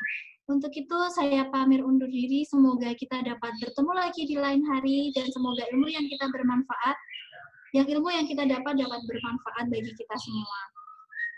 Mohon maaf jika terdapat kesalahan dan juga kata yang kurang berkenan. Wabillahi taufik wal hidayah.